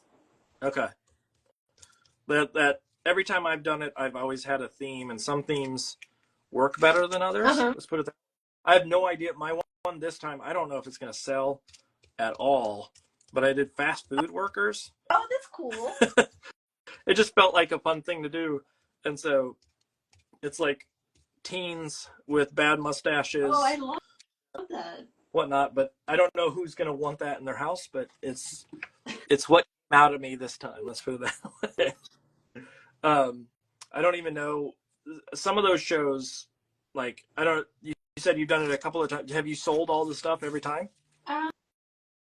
Not all of them. I feel like there's still some available on the website. Yeah, I've had some shows there because I've done the Salut show. I think another like maybe 10 times. Oh wow! Something like that. And most of the stuff does not sell. Like I'll sell like 3 out of 6, and then there'll be a time where it sells really fast, or there'll be a time where it just doesn't sell at all. No way to predict. It's okay. When it's gonna happen and what's gonna take. I feel like my work has gotten weirder and weirder, and so like it doesn't sell as once the way that it did. There's a gallery that's near us that the first show I did with them, I think I made like 18 pieces for this small work show, and they sold before they were even before they had the opening.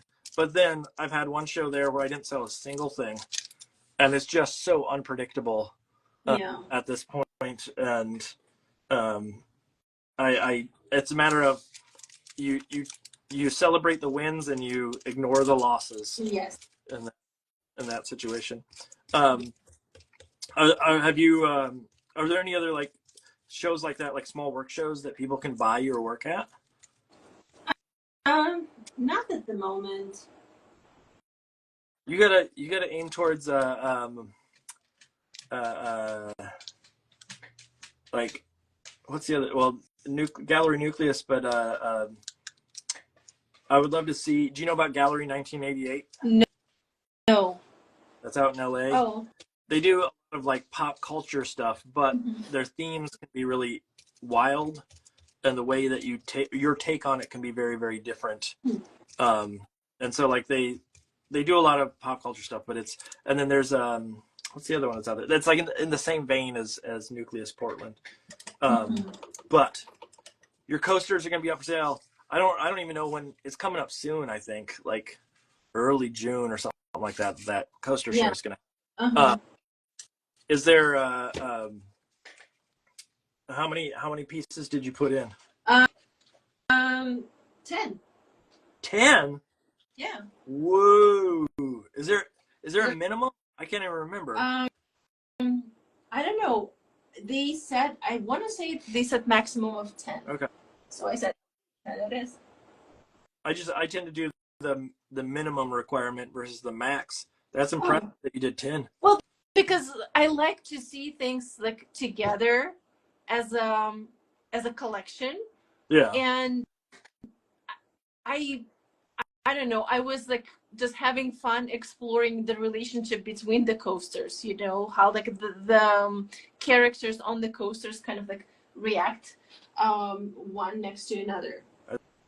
It's an impressive number, I'll say at least. That's just time. How long did they take you, out of curiosity? Well, it didn't take me that long, only because like when I sit down, like I don't really consider it that deeply. It just like I like to listen to a podcast and then the time just goes by.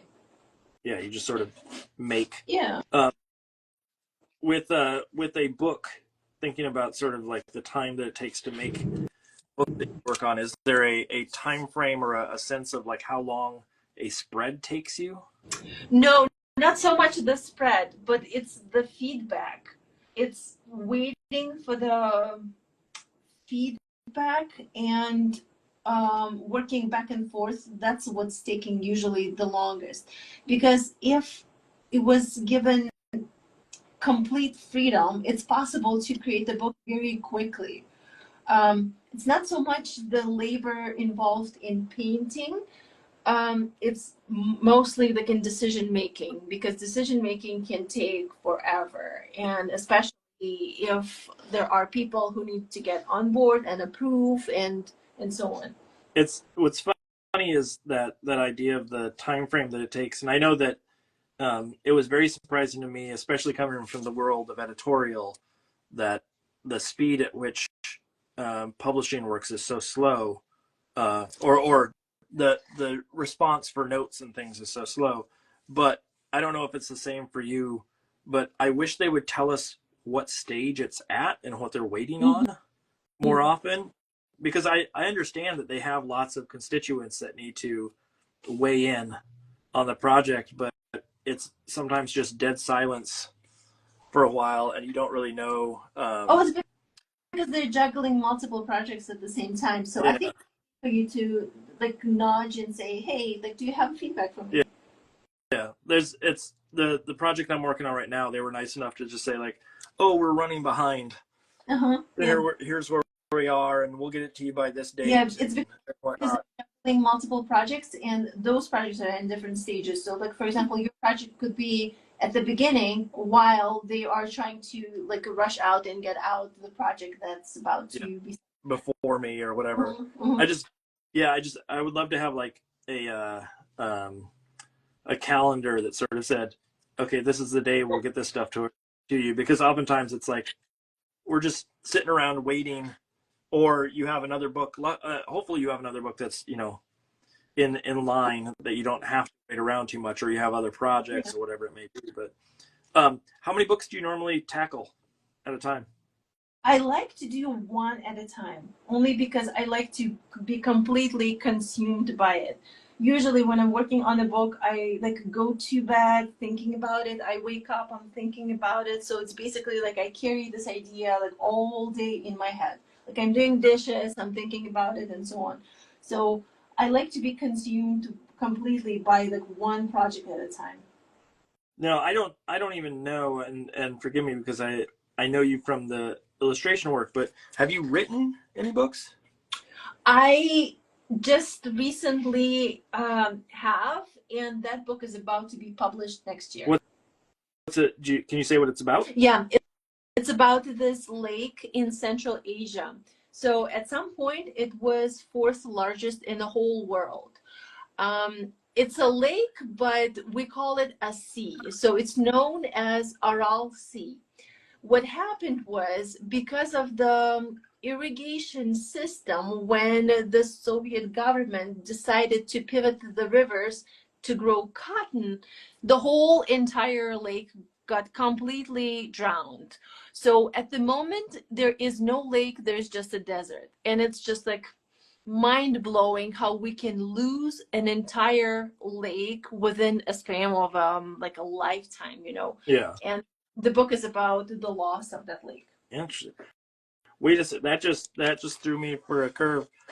If I do my math correctly on what you said about when you were in school and when you moved and that kind of stuff, were you around when, like, was Uzbekistan part of the Soviet Union when you were little? Oh yes, yes. I was born during the Soviet time, so my school system was like all established on that like Soviet system, and yeah, I'm a product of that time. Wow.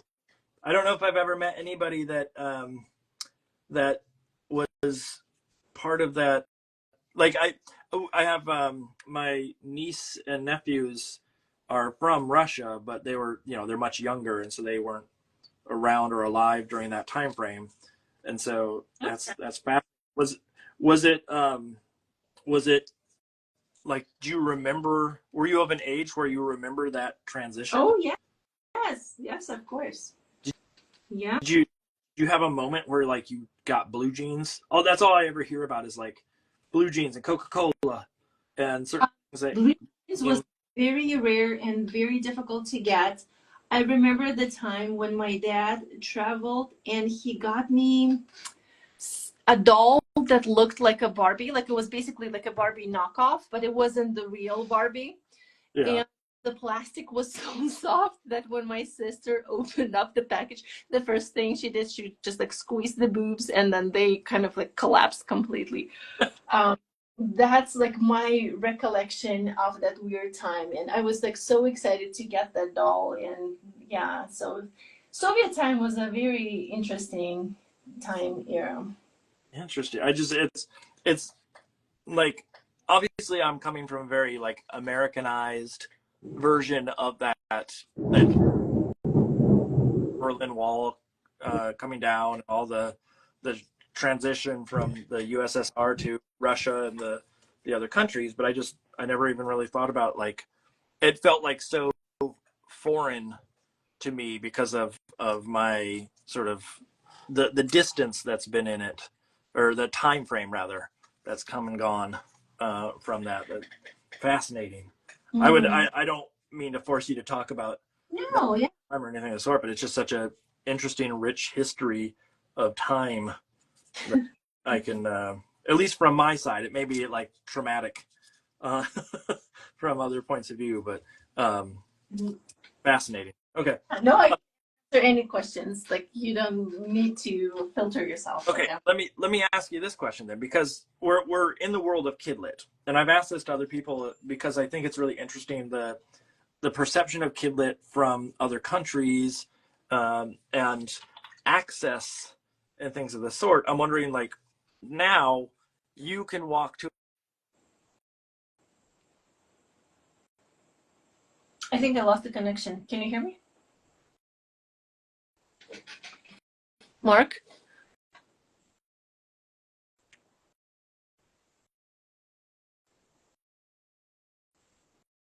It's me. It's me. Oh, It's what my happened? Did I lose you? no. It's my phone. The charger on my phone is it was not charging. Yeah, I'm getting it, Lauren. It's the charger is not connecting, so my phone was running low on battery. Hold on a second. Let me see if I can get it to connect here. Still not connecting. Give me a second. So You told me to charge my phone, and yeah, mine's plugged in, but it's not. Is it unplugged on the other end? What's going on here? Is that the issue? There we go. It was the somehow my the charger block that was plugged into the outlet had gotten knocked loose. oh, So that's what was causing it. It wasn't me. So oh shoot, what was I gonna ask? Oh, I was asking about that idea of access and the type of books that you grew up with, and sort of, did you have access to a lot of different books in Uzbekistan when you were little, or was there a limitation on the type of books or the the regions in which and language in which the books were Um, are you here or are you disconnected again?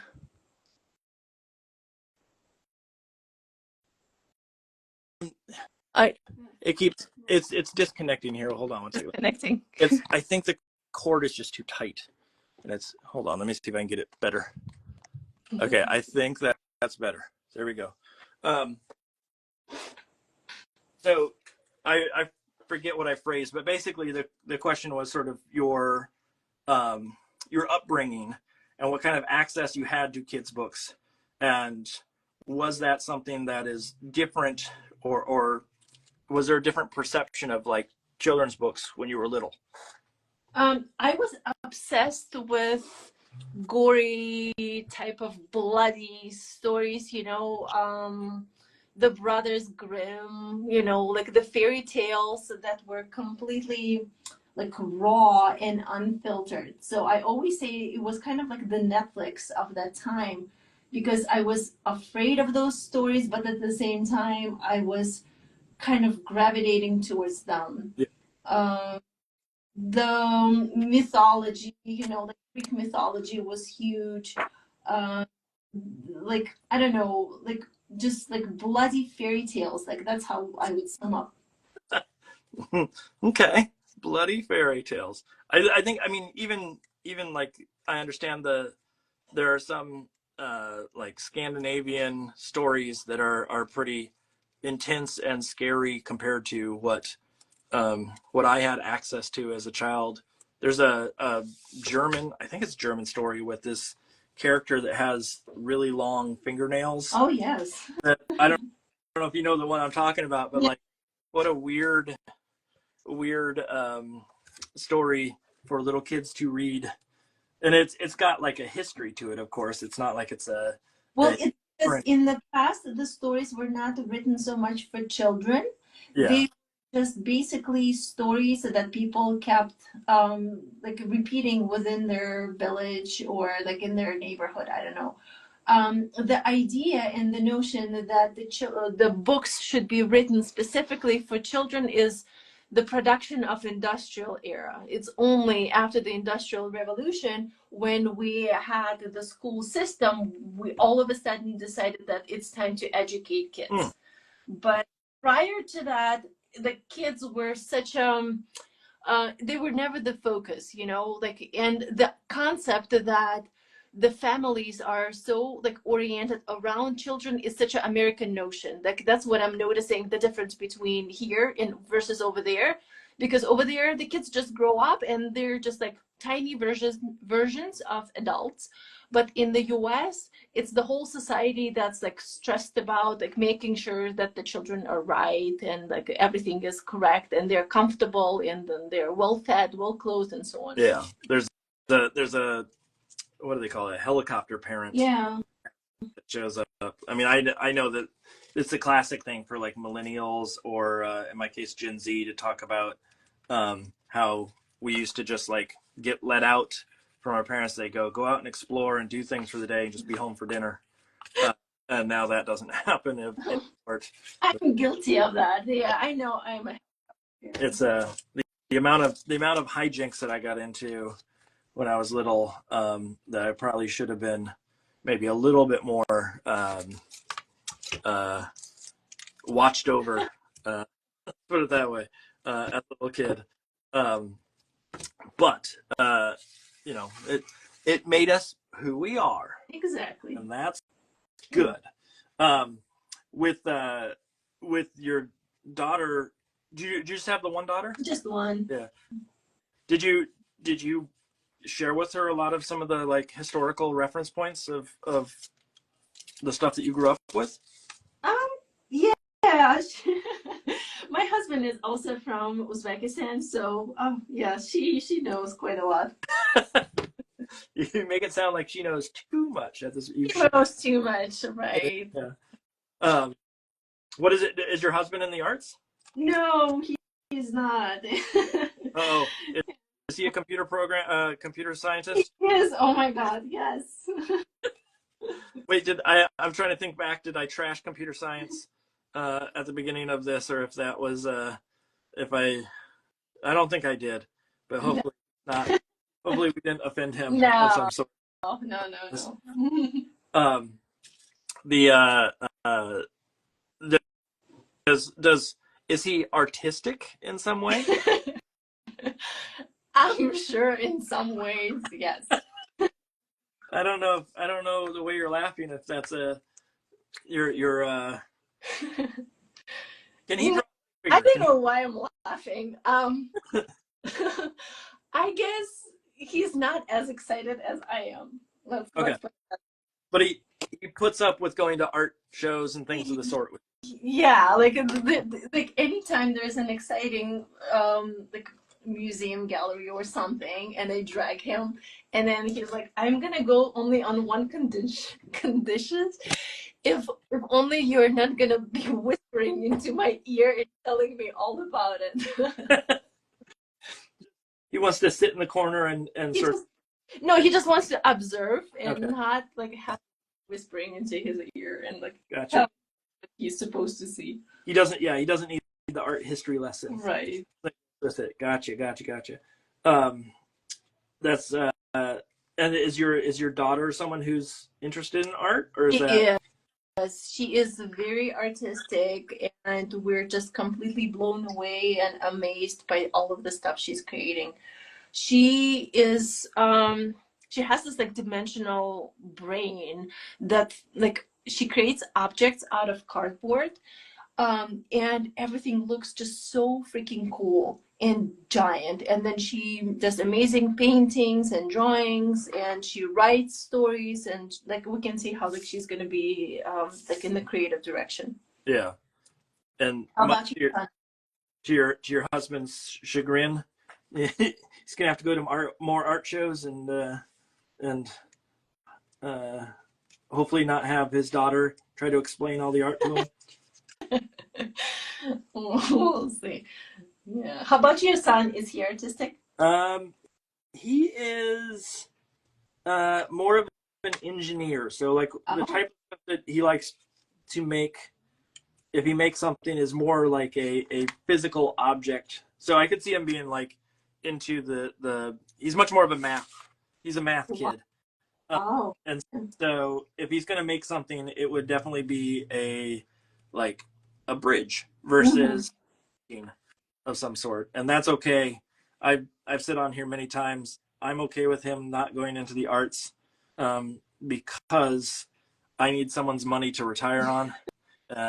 If he can make more money, I'm sure he can make more money than what potentially an artist can in some sense. Let's see. I'm looking at. Oh, I'm just going back. I just noticed that there are a bunch of comments that I might have missed here. I want to make sure I didn't miss anything.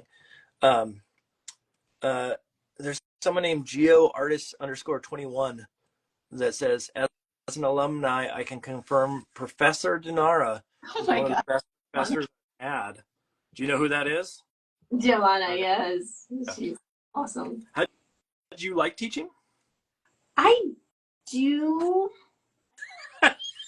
No, I don't mean it that way. Like I mean it because like I'm always questioning what is it that I'm teaching? You know, like what's my purpose of standing there, and how to teach without sounding like giving instructions, you know? Yeah. Because art is such a intuitive process where you actually have to show up and do all of the work yourself. And there's not a cheat code. Right. So I'm constantly debating and questioning like how much of my presence is actually needed. How about you? What's your approach to teaching? I mean, I do think here's my statement, and I've been thinking about this a lot recently of sort of the value of art school, because we're in a situation where there's lots of questions about higher ed and lots of potential threats to it. Let's put it that way. Mm-hmm. I think that the value of higher ed, especially in art school, is not about the artistic training, like, hey, you if you use this brush, Right. your life easier, or here's the easy solution to your problem. I don't think Yeah. what it's about. I think it actually is more of a like peer-to-peer and conversation that's important Right. out of it. Yeah. So like that idea of it being a less of a technique school and more of a experiential and what do I want to say, like collaborative environment Yes. that you cannot get online. Right. It's not to say that you can't get amazing art skills and things off of the internet. There's plenty of courses for that kind of stuff, but you're just not going to get the same feedback Right. in some way. And so that's where I think the difference is for me, and where I think the value is it's not just me. And I think that's maybe the thing I would throw back at you in a sense of, it's not really about the professor. It's about the environment the professor provides that allows for those interesting conversations to happen and the exploration to happen that gives purpose to why the person's making, and not just the final result. Right. And so I've gotten to the point, like I do question that idea of like the value of higher ed, but I think that I've gotten past that idea of like it's not about the job, it's not about the paycheck student when they graduate. It's about the ability for them to learn to adapt and to work with others in a way that the internet doesn't particularly provide. Yes, I like what you said. How long have you been teaching? I'm in my 21st year. Oh, wow. Yeah, I actually just got full professor this last wow. Oh, so congrats. I've been doing it for a long time, 21 years, I think. Oh, wow. That's awesome. So I'm old and worn out and whatnot, but it is a lovely environment for getting out. And like I've had people on who have said this before too, but as an illustrator, specifically a freelance illustrator, you spend so much time in your studio without really getting out and talking to others. And then when you get that opportunity to teach, it is nice to be in an environment where you get to actually like converse. Yeah. and have an outlet for your thinking, and to like, I don't know if this happens to you, but there's this concern from my students that like if I sketch something out for them, they'll be like, oh, I can't use that because you sketched it out. And it's like, no, I'm not going to use this, but I do gain from those environments as just seeing other people achieve. Let's see. I see Matthew Berg says, I met Dinara in Bologna last month. I was the grad student with Maria. I was wondering how the marathon after the book fair went. I don't know what that means, but did you do a marathon? I do. Hi, Matt. So after Bologna, I went to Prague because I was researching the work of Miroslav Šašek, and there is this foundation of Miroslav Šašek in Prague. But then as I was scheduling my itinerary, I realized that they had half marathon happening at the same freaking time as I was there. I was there only for 3 days, and then I couldn't miss the marathon. So I signed up and I ran. And how'd you do? I did well. Like, considering there was very little training because I was busy with school. I did okay. I don't even know. I just went to the gym this morning and ran, or not ran, but I did an elliptical for like 2 miles and then some cycling, and I can't even imagine running a half marathon. Yeah, I wasn't proud of my time, but it's okay. It's not always Yeah, But you're if you take out of the equation like if you don't look at the numbers, yes. you did a great job. Uh, I I am not someone who can run well. Not only am I not fast, but I think I have a goofy run, and it's not a pretty picture. Let's put it that way. Um, All right. I have a cat in the background that is trying to get into everything. Almost made an appearance on screen. Here, do you have pets? I do. I have one. What do you got? I have a cat named Tuchka. Named what? It's Tuchka. So in Russian, it translates as a gray cloud, Oh, like a rainy cloud. my again, because we had Russian uh, adopted niece and nephew. They had they named a cat at my parents-in-law Koshka. Koshka. Well, Koshka means cat. Yeah, that's I thought I heard that, and I was trying to I just misheard. And so yeah, there was Koshka, and Koshka was an annoying cat because he did not like a lot of people. He was a trickster. He tricked my mother-in-law at the adoption place into thinking that he was a very nice cat, and then brought him home. I'm sure he was sweet. He was not the nicest. Let's put it that way.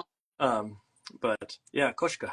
Even my I don't. These are shortened versions, but my mother-in-law we call Buka, which was our little nephew who was just born at that time could not say babushka, and so she became Bushka or Buka. And then my father-in-law is instead of Derdushka, he's just Dushka. Dushka. So That's cute. yeah, Buka and Dushka. Very cute. So that's like the only Russian words that I know are those at this point. Do you still speak at home? Because you said your husband's from Uzbekistan as well, correct? Right. Yes. At home we speak Russian. We try to speak Russian to our daughter. She knows it. She can speak it, but she cannot read and write. Okay. Is that so? Wait, she knows it. She can speak Russian, but she cannot read and write Russian. Okay, there you go. Because it's the whole different alphabet. Right, because it's Cyrillic. Yeah. Cyrillic, which I don't understand at all. I understand that it's a different alphabet. I get that part, but the idea of like the Cyrillic, some of the letters I don't understand. They just look so different to me that I chalk it up as I will never understand some of those.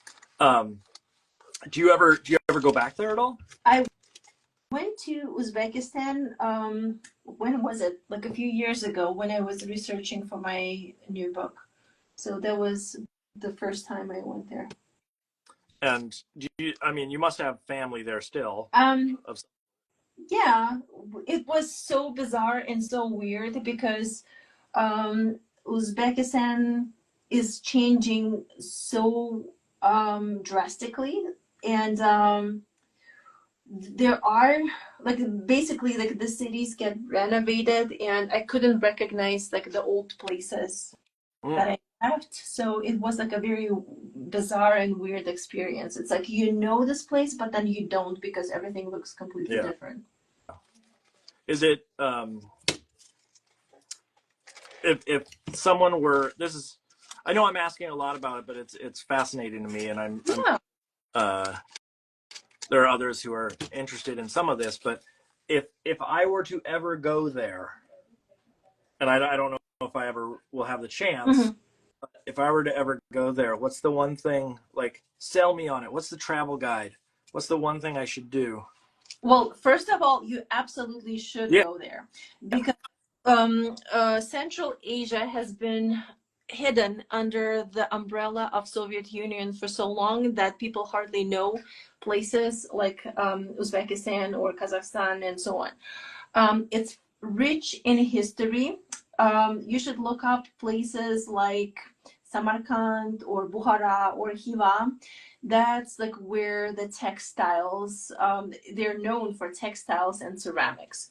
And there are tours at the moment, and people are basically traveling there just to learn more about the culture of Central Asia, Yeah. and not so much about like the Soviet era. Um, you should go during spring or fall because that's the time where when the weather is nice and you get to explore like the bazaars, you know, like the markets, and the whole vibe is completely different and people are very nice and very friendly, and it's like the food is fantastic. Everyone cooks like so incredibly well. Summers are very hot. Winters, there are like, I mean, it's cold. There are like days, like snowy days. So there's basically nothing much happening during the winter, but spring and fall is the best time. What when you say hot, what does hot entail? Because like in my mind, that's not that, like it doesn't seem like it's that far south to get hot. But Okay, let me give you the example. I went in August and it was 110. ooh, ooh, I don't like that. Is that hot? That is hot.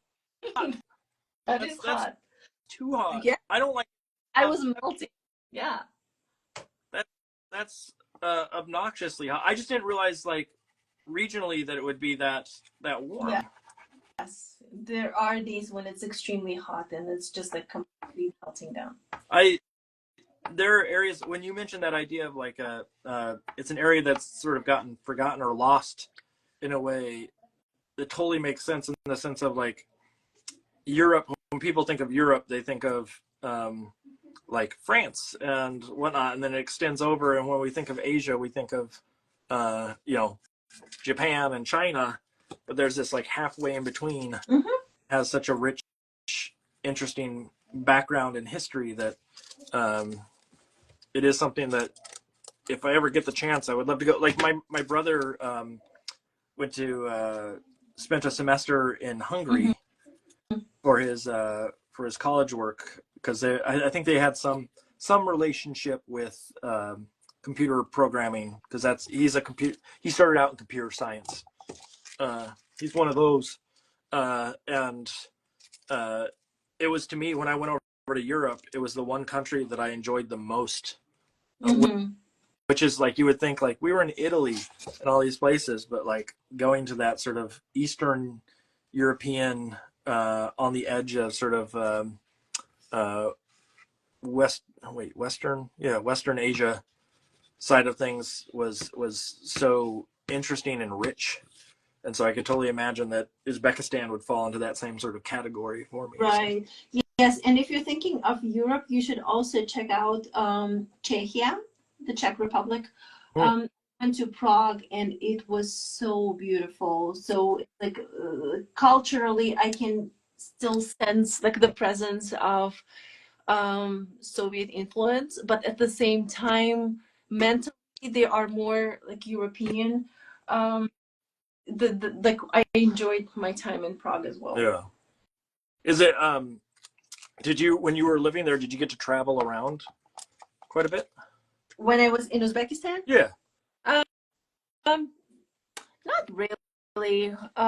Traveling was expensive. My dad traveled a lot for work, and I just remember like when he would come back from his trips, and then he would like have the coins, you know, in his pocket that he like never used, like where he ended up like bringing home, and that started like my coin collection. So I've been collecting coins since I was little. I was just fascinated by like his stories, you know, of places, and I just always wanted to travel. And once we moved to the United States, like settling down was difficult. Like by the time you kind of like get a job, like get a house, and then have a kid, like there was so much time that went by. And then now finally we're at the time where like we have a child that can take care of herself, you know, and we can travel. So we're like so excited to explore Go back. places. Yeah. go back and check out, make sure that it doesn't feel like it's changed too dramatically since. Yeah. The it's one of those things where I wish, and this is, I think, a challenge to myself, is I wish that I had more of a rich culture to pull from, in a way, because I'm pretty plain Jane when it comes to sort of like history, and even like I have a very German name, but I don't know anything German. I don't have any connection to family over there. Do you know Mike Petrick? No, maybe I know the work. Yeah, Mike's been on here before on Gavin Doodle a couple of times, and he's saying that Czechia is where his grandparents are from. It's all right. I'm going to shift subjects away from location, and let's jump back into the kidlit world. What's next on the plate? What's the thing that's driving you today? Well, I'm in the final stretch of finishing up that book that I was telling you about. It's scheduled to be published next year, in February of 2026. And that book is about that like vanishing sea in Central Asia. So like right now, like we're basically finishing like and dusting off final touches and making sure everything is in place and everything is correct. So at the moment it's that. Is there a dream project for you? A dream project. Like I want to write more books. I don't know. I have some like story ideas in my head, and like I was hoping the summer would be the summer where I would just like sit down and try to create a pitch and make it possible. Correct me if I'm wrong, but Magnet Reps is a art rep, correct? Yeah. Not a literary rep. No, both. Yes. Do they help you with the pitch process and editing and things of the sort? Yes. Mm-hmm. I know them from the sort of editorial world, and I didn't know if they have that sort of the lean towards yes, the sort of literary side enough to jump into that sort of editing portion of it. But I'm sure they have folks that are there. I just didn't even know it. And then with working on some of the books that you're working on, is there one after? I assume there must be one after the one that you're like the current one that you're working on about the lake. But is there anything that you can share as far as like, oh, this is coming out in however many years?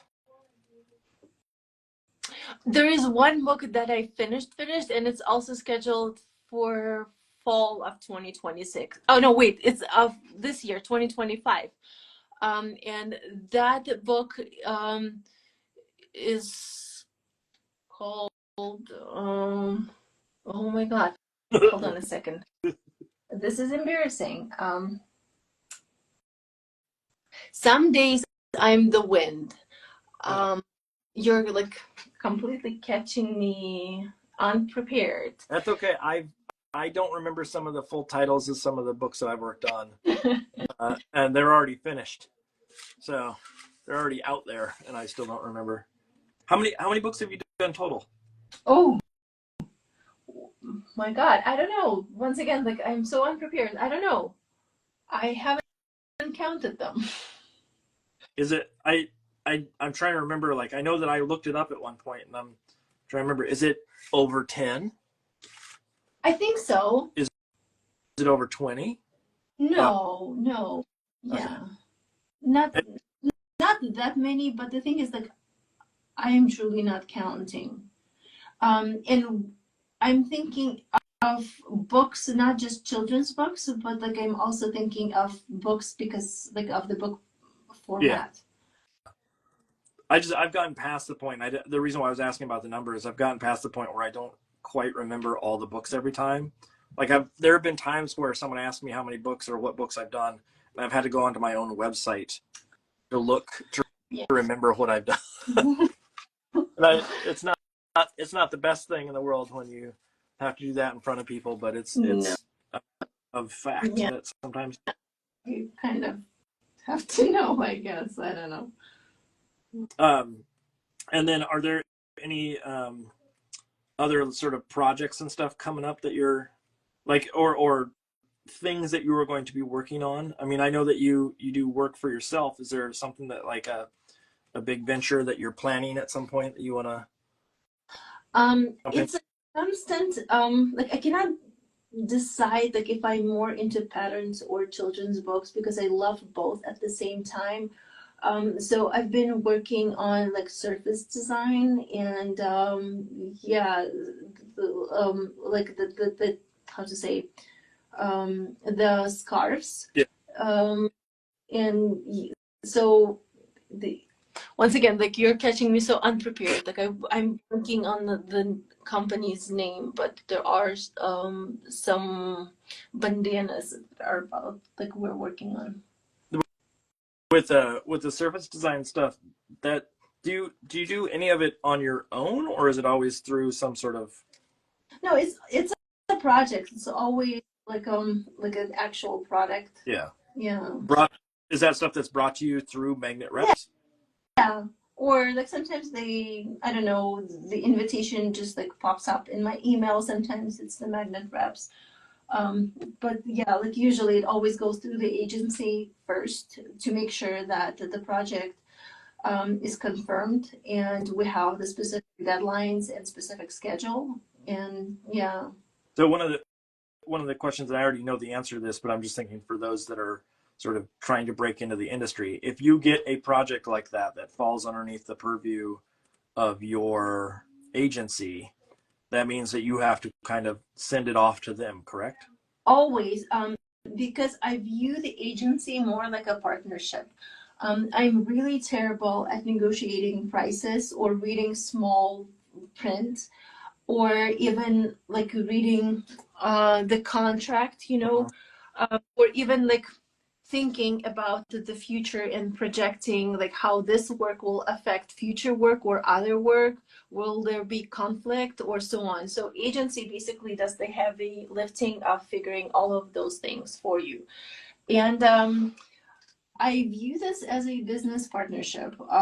So I know that there is a big percentage that is being taken out from the paycheck, but at the same time, like I guess like if you're in the position of questioning if this is the right format for you, I guess you would just need to ask yourself, are you willing to do all of that work yourself?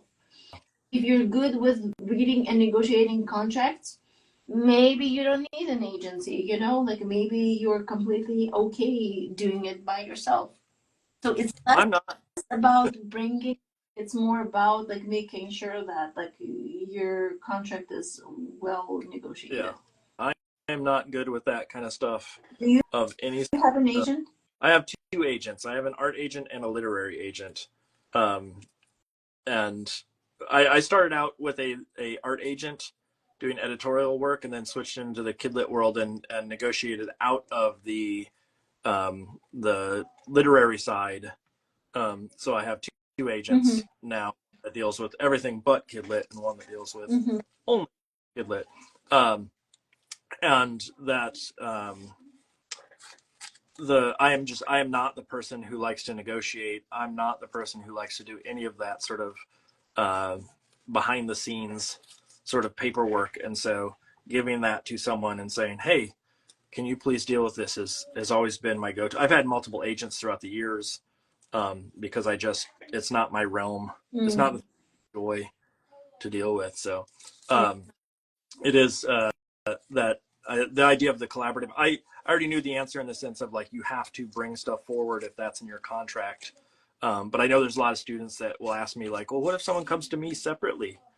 And they it's like a marriage in a way. You have to go with it. Like my agency like is very small. It's more like a boutique agency where Crystal, who is basically like the owner of the agency, uh, we have like a very close relationship where I know she will stand my ground, and in a situation of a conflict, she will be taking my side. Yeah. Or she'll be like advising me and telling me what to do, how to do, and like what is the best move and how to handle situations. So it's like if it's in the situation where you're even questioning like if you should or should not disclose the project with your agency, probably you should not be in the agency, you know? Yeah, yeah.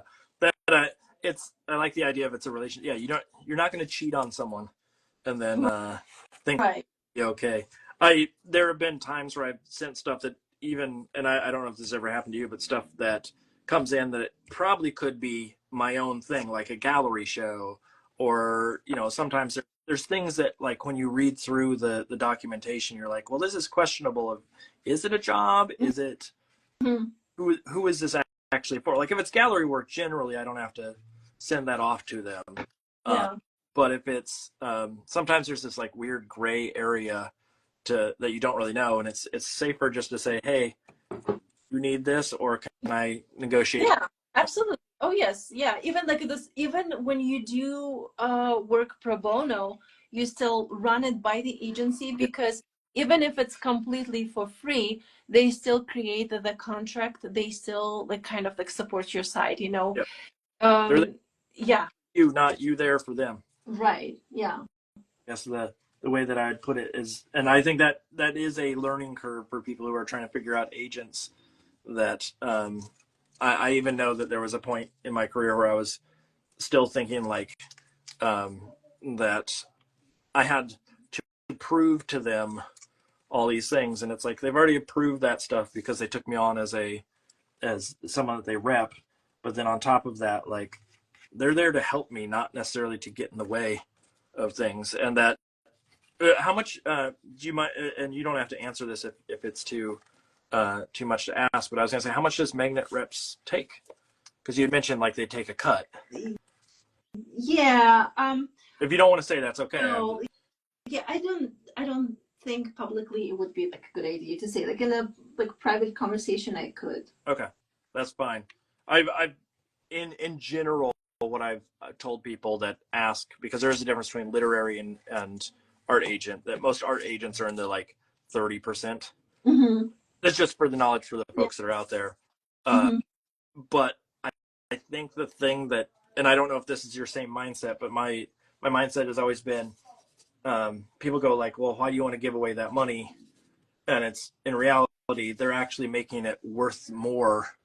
In a lot of cases, they're actually requesting more than what I naturally would request. Mm-hmm. And so yeah, the payday are is, better at yeah, negotiating. yeah, they're better at negotiating, so you actually get a higher payday. And in the end, yes, they take a cut, but out of a higher amount, and they're Yeah. not losing as much in the process. And so, or you're losing, but you're paying them essentially for that bit, but it's enough that it negates any sort of amount that you give to your agent. Mm-hmm. So, Yeah. and then is there how did you end up getting magnet reps?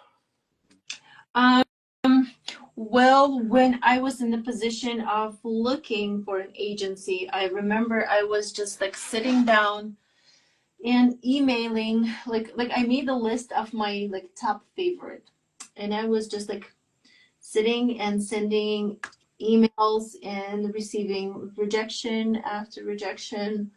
And actually, Magnet was one of them who rejected me. But then when I met Crystal at one of the fairs and we made that like in-person connection, that basically when it clicked. Yeah.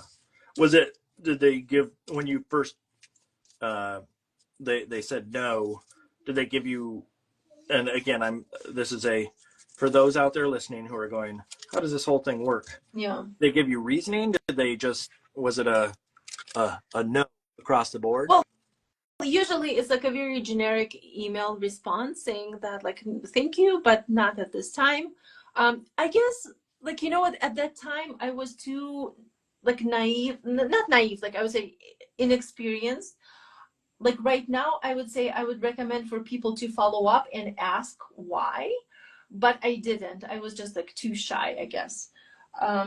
It's a good idea to follow up and say thank you, I appreciate, but like could you like give me reasons, like is it my work, what is it, like could you explain, and like actually like request like the reasons why it's a no. Go a little deeper. Yeah.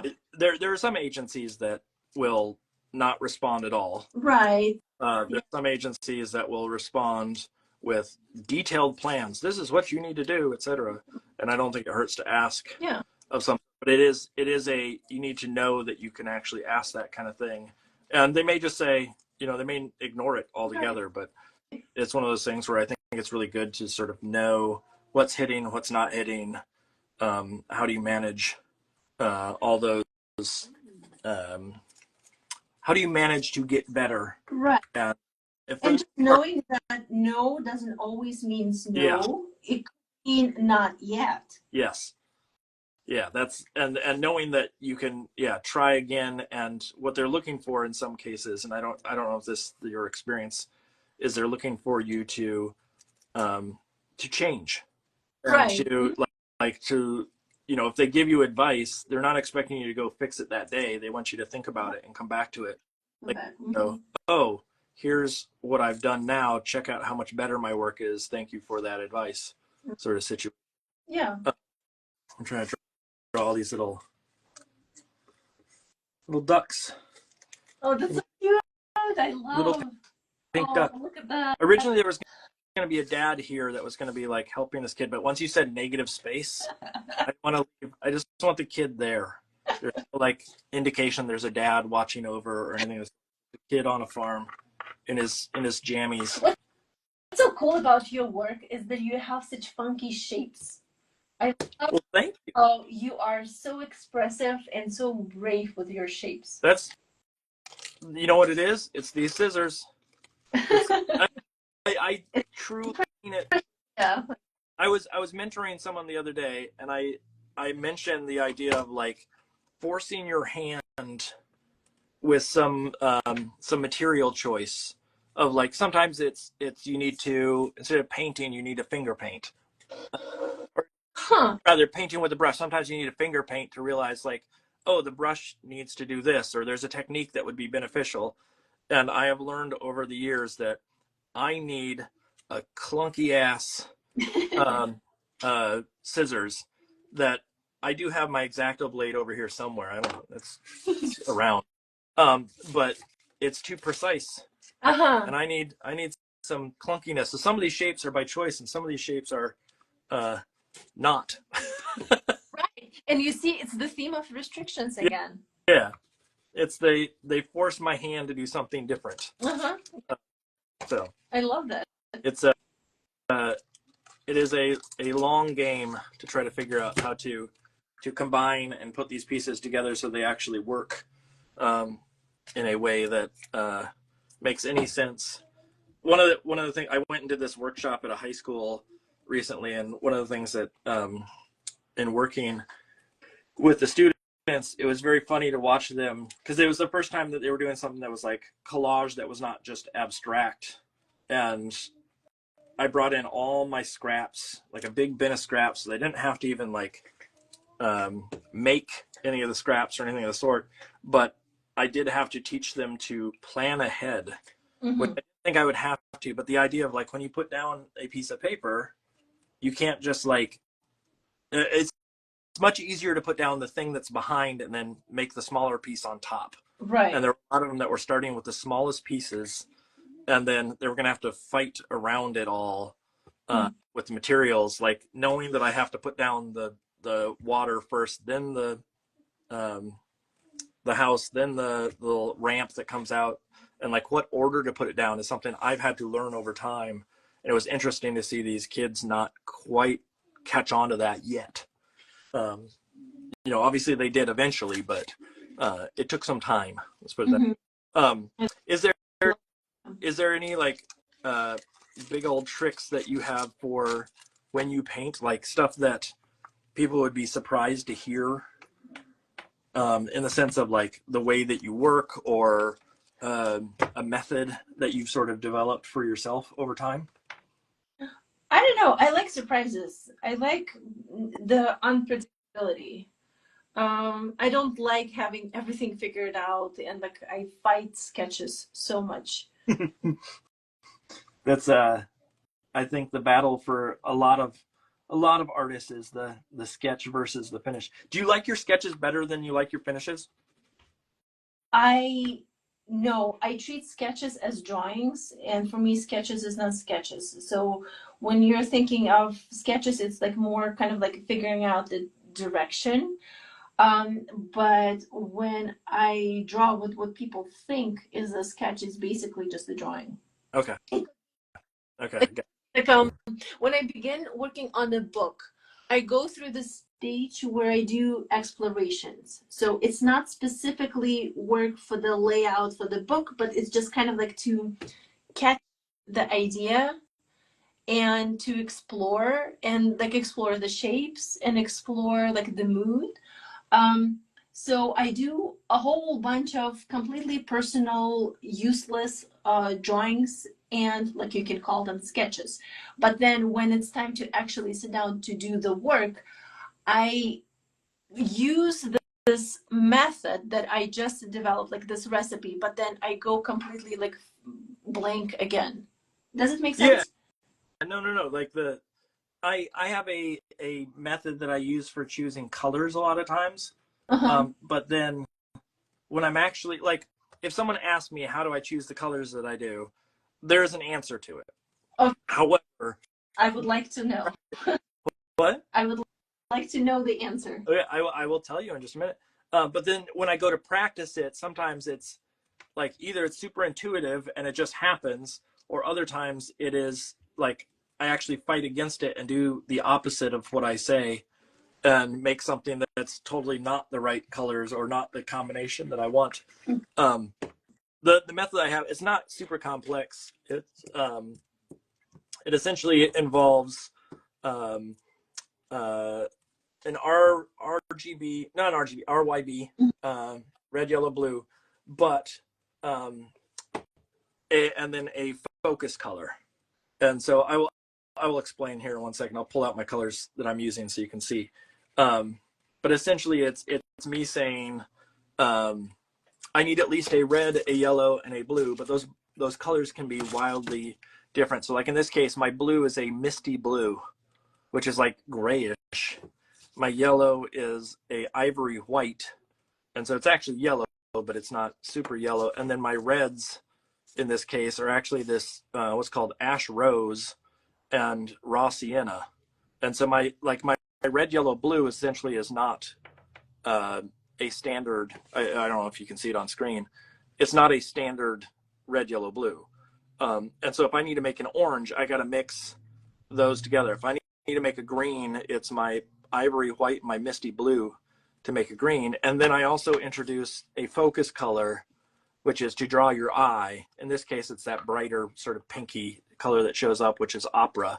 And that's meant to be a contrast to what's already there, or a challenge to what's there color-wise. And so it's not super complex, but it's the idea, like there's a certain structure in which I build those colors, and limitation on palette is a good portion of it. How do you go about getting your colors?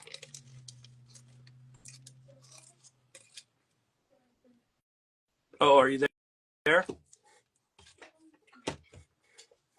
Did we lose?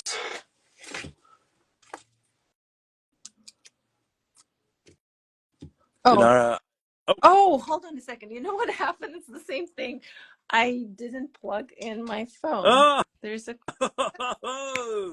someone Oh, was calling me out earlier, and I know. now Sorry. I can fight you. We- It's okay. It's okay. I understand. I understand. I'm not allowed to judge because I did the same exact thing.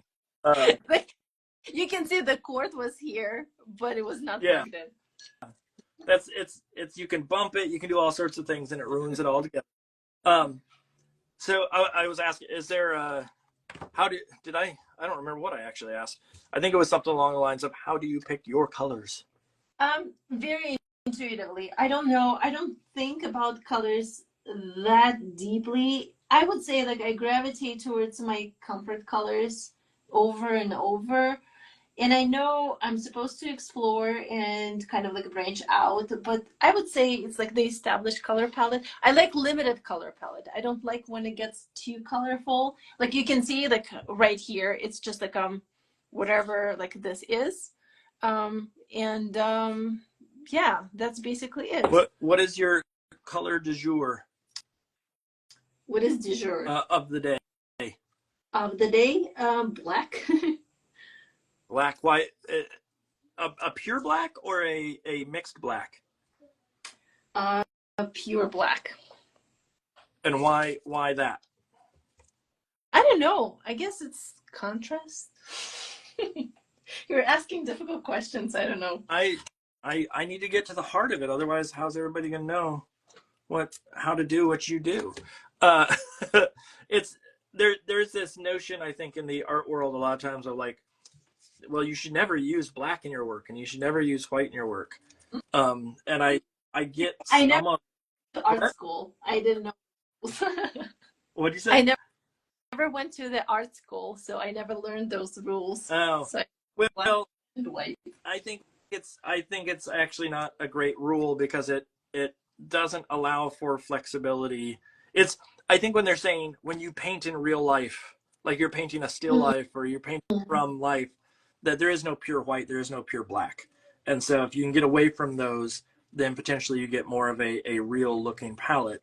But I also think there's times where sometimes you need to use pure white and sometimes you need to use pure black, and that's okay.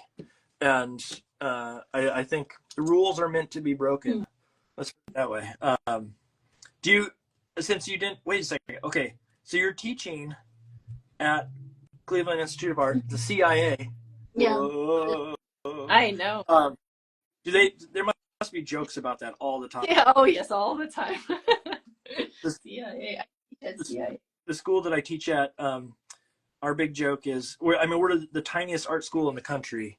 We have right now roughly around 240 students. Oh wow. The entire school. Wow.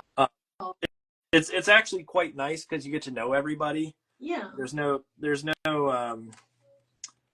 one gets lost in the mix. So it's like private tutoring almost. Yeah, in a way it can get to that level. But one of the things that we have is we have a shirt that says Montserrat, which is the name of the school, football still undefeated, which is really the whole joke is that there is no football team. And so we're undefeated because we've never played and we've never lost. And I still think it's such a funny shirt.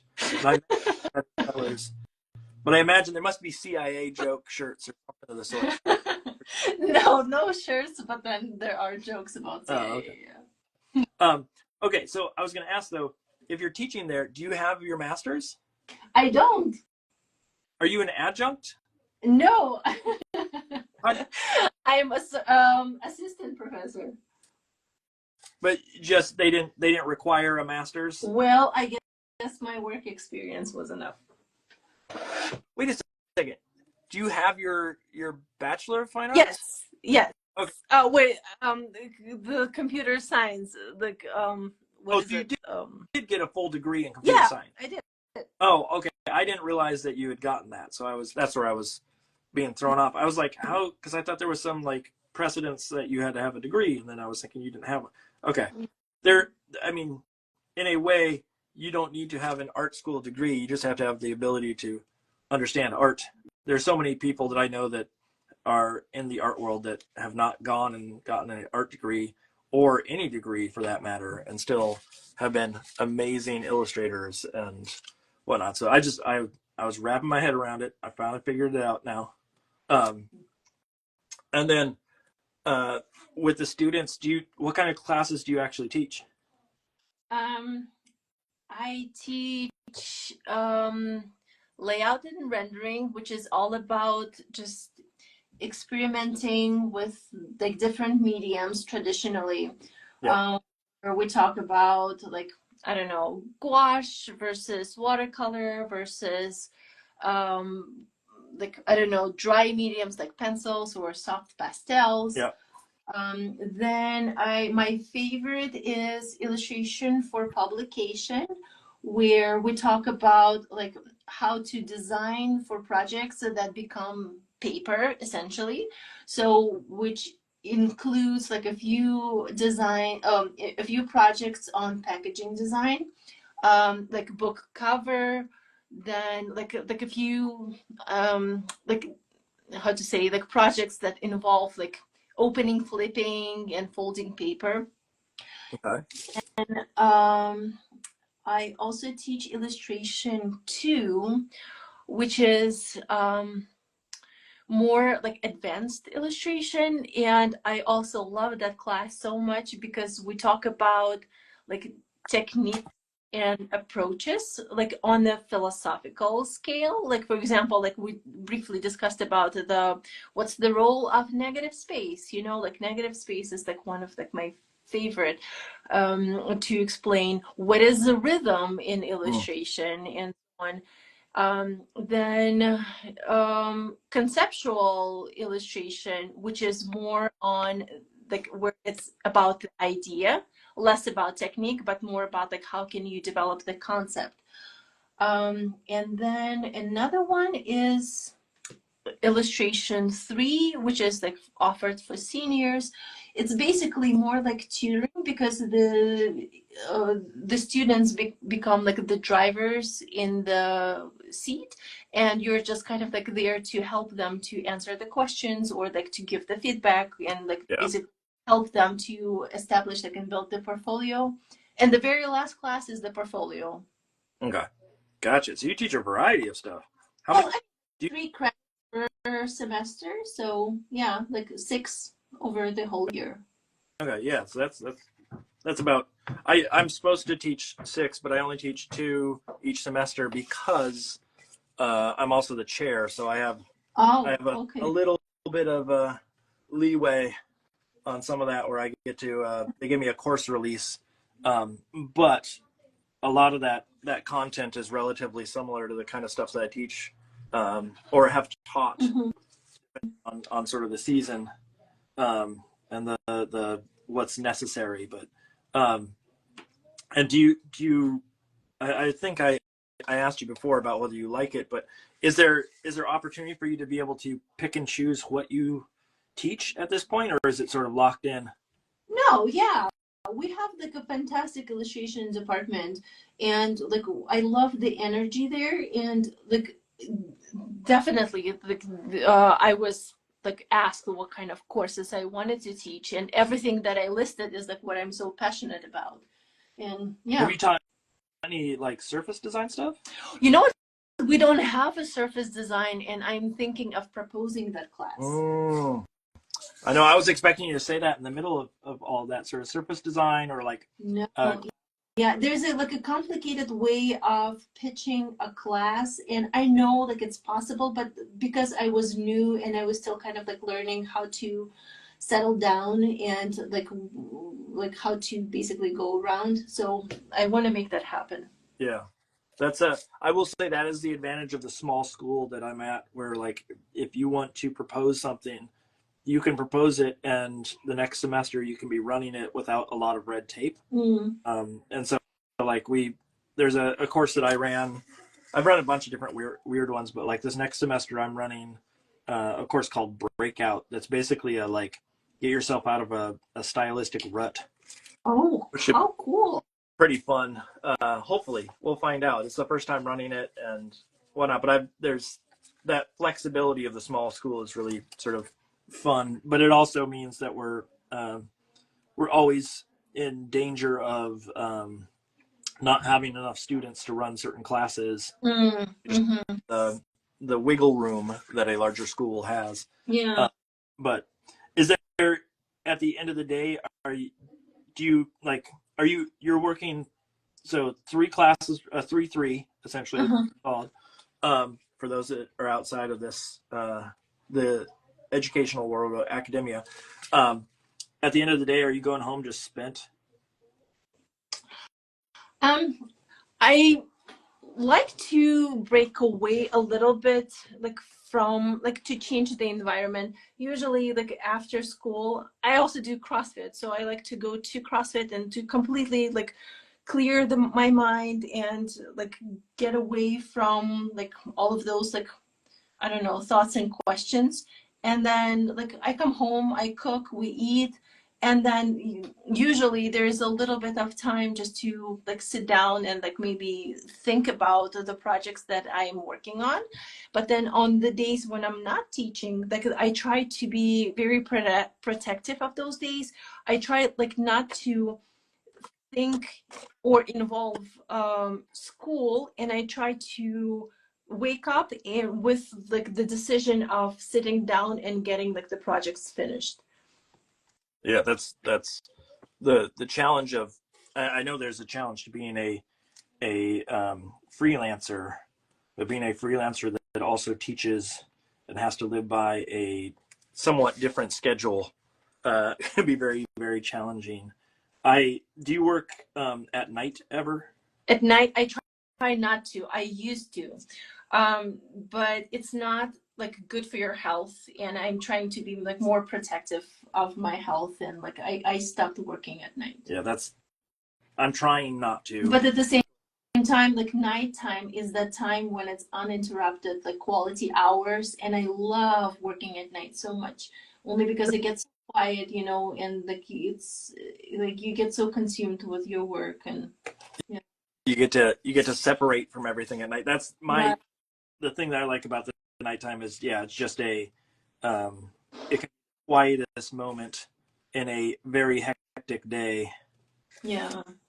to be able to sort of step away and not have to worry about every little detail that is going on in life. Yeah. But yeah, you're right. It's not the healthiest. It's not the healthiest practice in the world. No, because the next morning I am terrible, you know, like I'm cranky and miserable.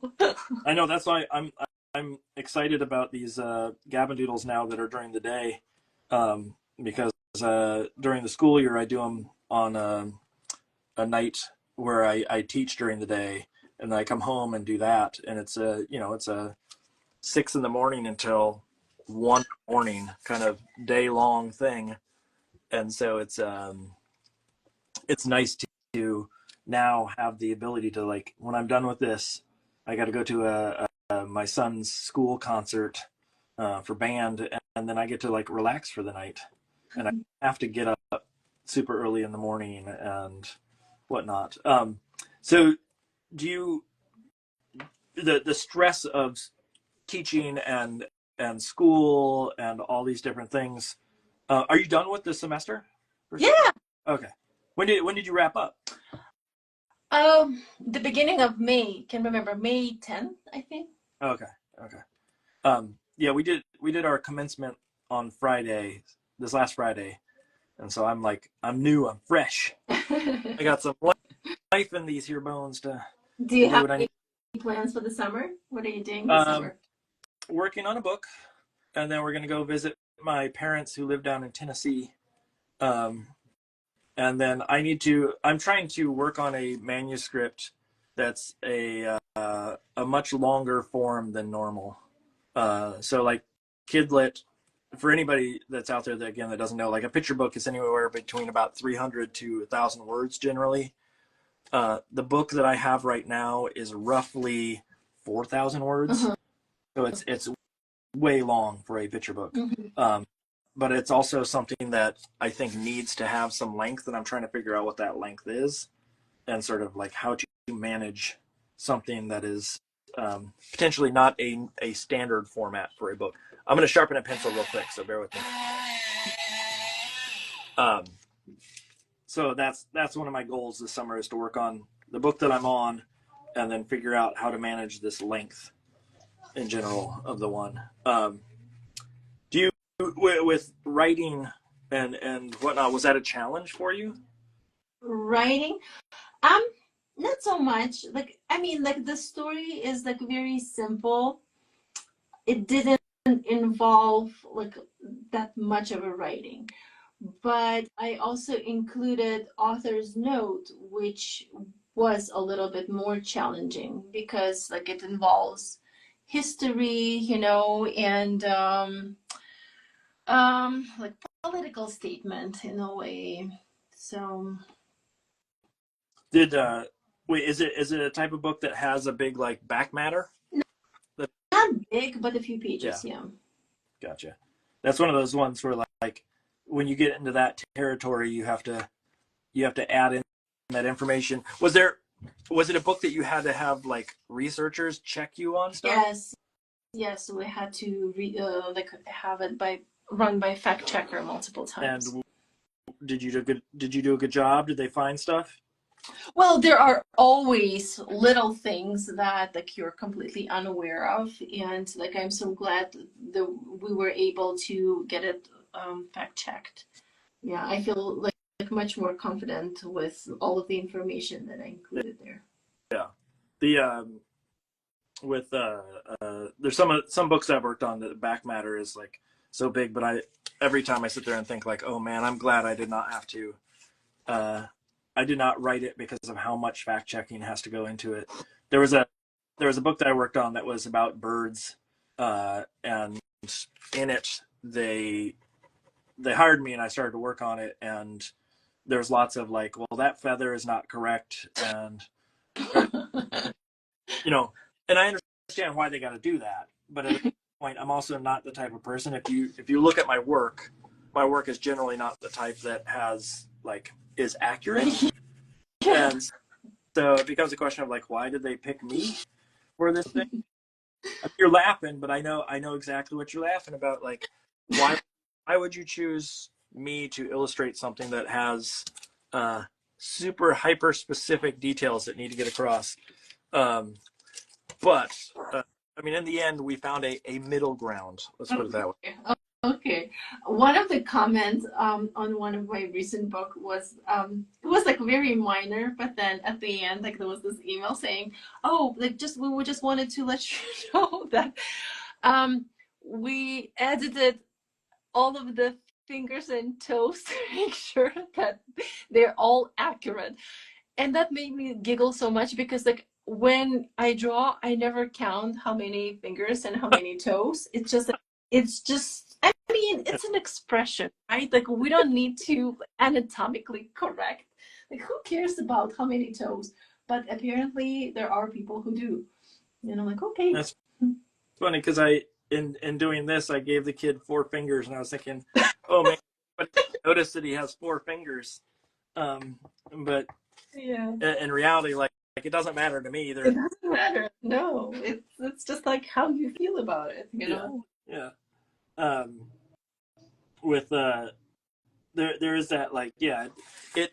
I think it would look weird if I tried to fit 5 fingers in. Um, Mike Petrick asked me about is this a graphic novel? 4,000 words is a lot for the thing I was mentioning. It's not a graphic novel. It can't be a graphic novel. It's got to be something else.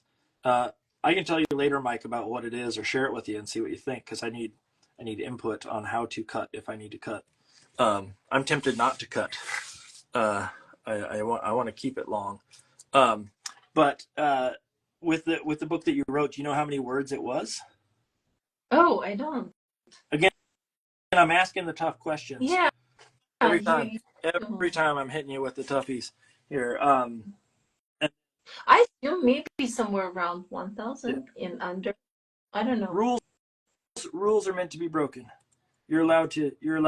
Well, once again, I'm intuitive. Like I was never professionally trained. Well, I wasn't. No. Some of this is just I'm going off of like what the internet says, and I know the internet is not always the best answer when it comes to all this stuff. Sometimes the internet provides misinformation. How are we doing on your? I'm looking. Oh man, look at all those details and patterns. It's so pretty. Oh, like I keep like adding only because we keep chatting, and I'm like, I don't know what else to add, but keep It's adding. so pretty, though.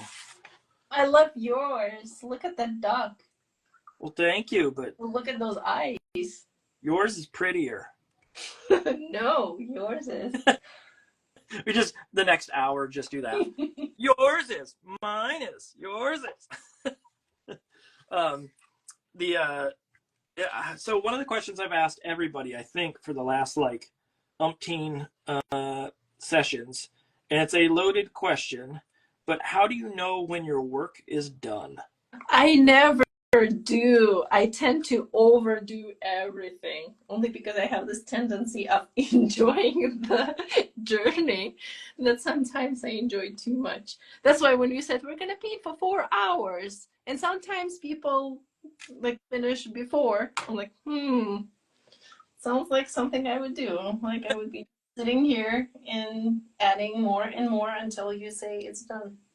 Well, are you someone who like I definitely think that I add too much at a certain point. There's a point where I should, but there is a moment where like I have to question: is it enough? Can I walk away? And for me, there is a like, where's my X-Acto blade? I don't like losing a blade. It's got to be around here somewhere. There's a moment in working where I have to like assess and think, is this the moment where I need to stop and ask that question about, is it too much, etc. And most of the time it comes down to, am I happy doing what I'm doing? Like, do I feel like it's lost the joy what I'm working on? Right. And generally that's the point where I go, okay, that's enough. I need to back away. Well, I don't have the luxury of like having that many hours. I would say it's always, it's time to cook, or it's time to get going. It's time to do this. So it's like, it's always the restrictions by the time frame. Okay. But yeah, like usually whenever I'm working, it's like whenever my phone dies and I can no longer listen to a podcast, or Okay. I'm so tired that I feel like I am falling asleep, Yeah. Yeah. I like the podcast thing. Totally makes sense of like it's a cutoff point that has nothing to do with the work, Right. the entertainment. And I totally know what you mean. Like it'll be the same thing for me, a podcast or an album that I'm listening to, and you hit a threshold and you go like, okay, once this is done, right?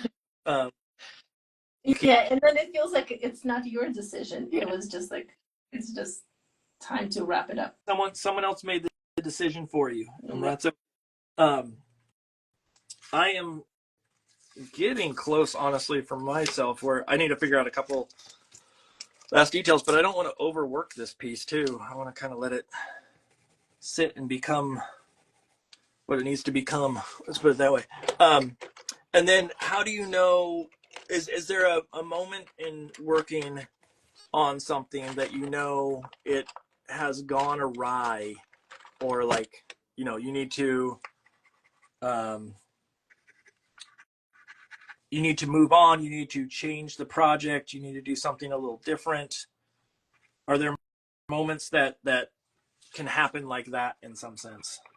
There are moments when, like, if it's a project and I'm being heavily art directed, it feels like, ooh, this doesn't feel like my work. Like, I don't like where it's going. Yeah. And is it ever of your own accord, or is it always like that situation? It's usually that situation, yeah.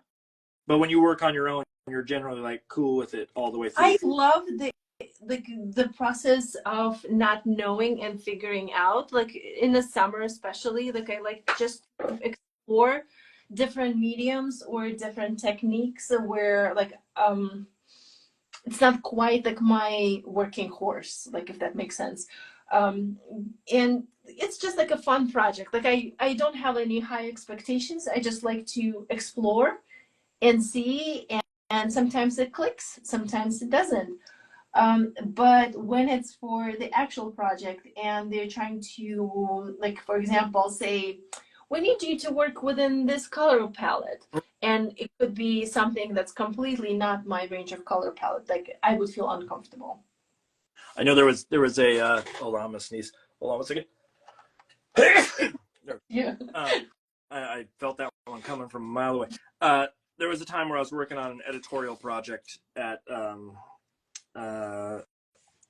I was doing not an editorial. I'm sorry, it was an advertising project, and they requested a specific Pantone color be in the work, which is lovely. I understand the sentiment, but I was hand painting everything, and it's like I'm not going to go out and buy a whole tub of that specific Pantone, and it was really frustrating to try to figure out. Luckily, and I say luckily, the project was killed. Oh, So I got but something close and then alter in Photoshop. yeah. That's what I was gonna end up doing is exactly that. Is like try to get as close as I could, and then say, okay, let's just get it there, and adjust the colors afterwards. I remember that stressing me out a lot of just trying to what they wanted without necessarily giving up the full sort of style or approach that I like to do. I'm trying to figure out what is this kid's. Yeah, he's got a little tiny smile here. Oh, I like that. It's a little tiny smile, and he needs some nostrils. And then he needs hair. That's the other thing I gotta put in there is he had some little wispy hairs. How when you work and you're doing these sort of sketching or playing around in a sketchbook, and you mentioned like you had these themes, is there one of the things that I've been stressing to some of my students is the idea of just setting goals for yourself. Like I want to achieve this little moment, or like in this case, one of the things I wanted to play around with was fencing and thick legs. I know it sounds really dumb. That's not much of a theme there, but that idea of like those are the things that I really wanted to hit on this piece, or to introduce. Let's put it that way. When you're working on your stuff, do you try to like set some sort of or pre-establish? Yes. Once again, like if you want, I can show. Do you want me to show? Yeah, I would love to see. Let's see.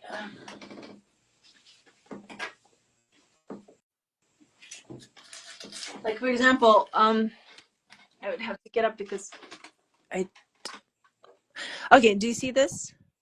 This is my book of paper cut exploration. Let me just move this aside.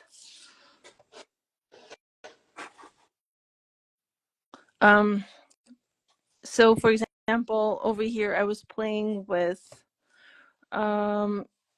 everything that's paper and collage, where it's like trying to reuse and repurpose every piece, and where like things don't go wasted, but then you basically reapply it in some other ways. And once again, it's like working with shapes and deciding the rhythm, I guess. I don't know. But then there is another one.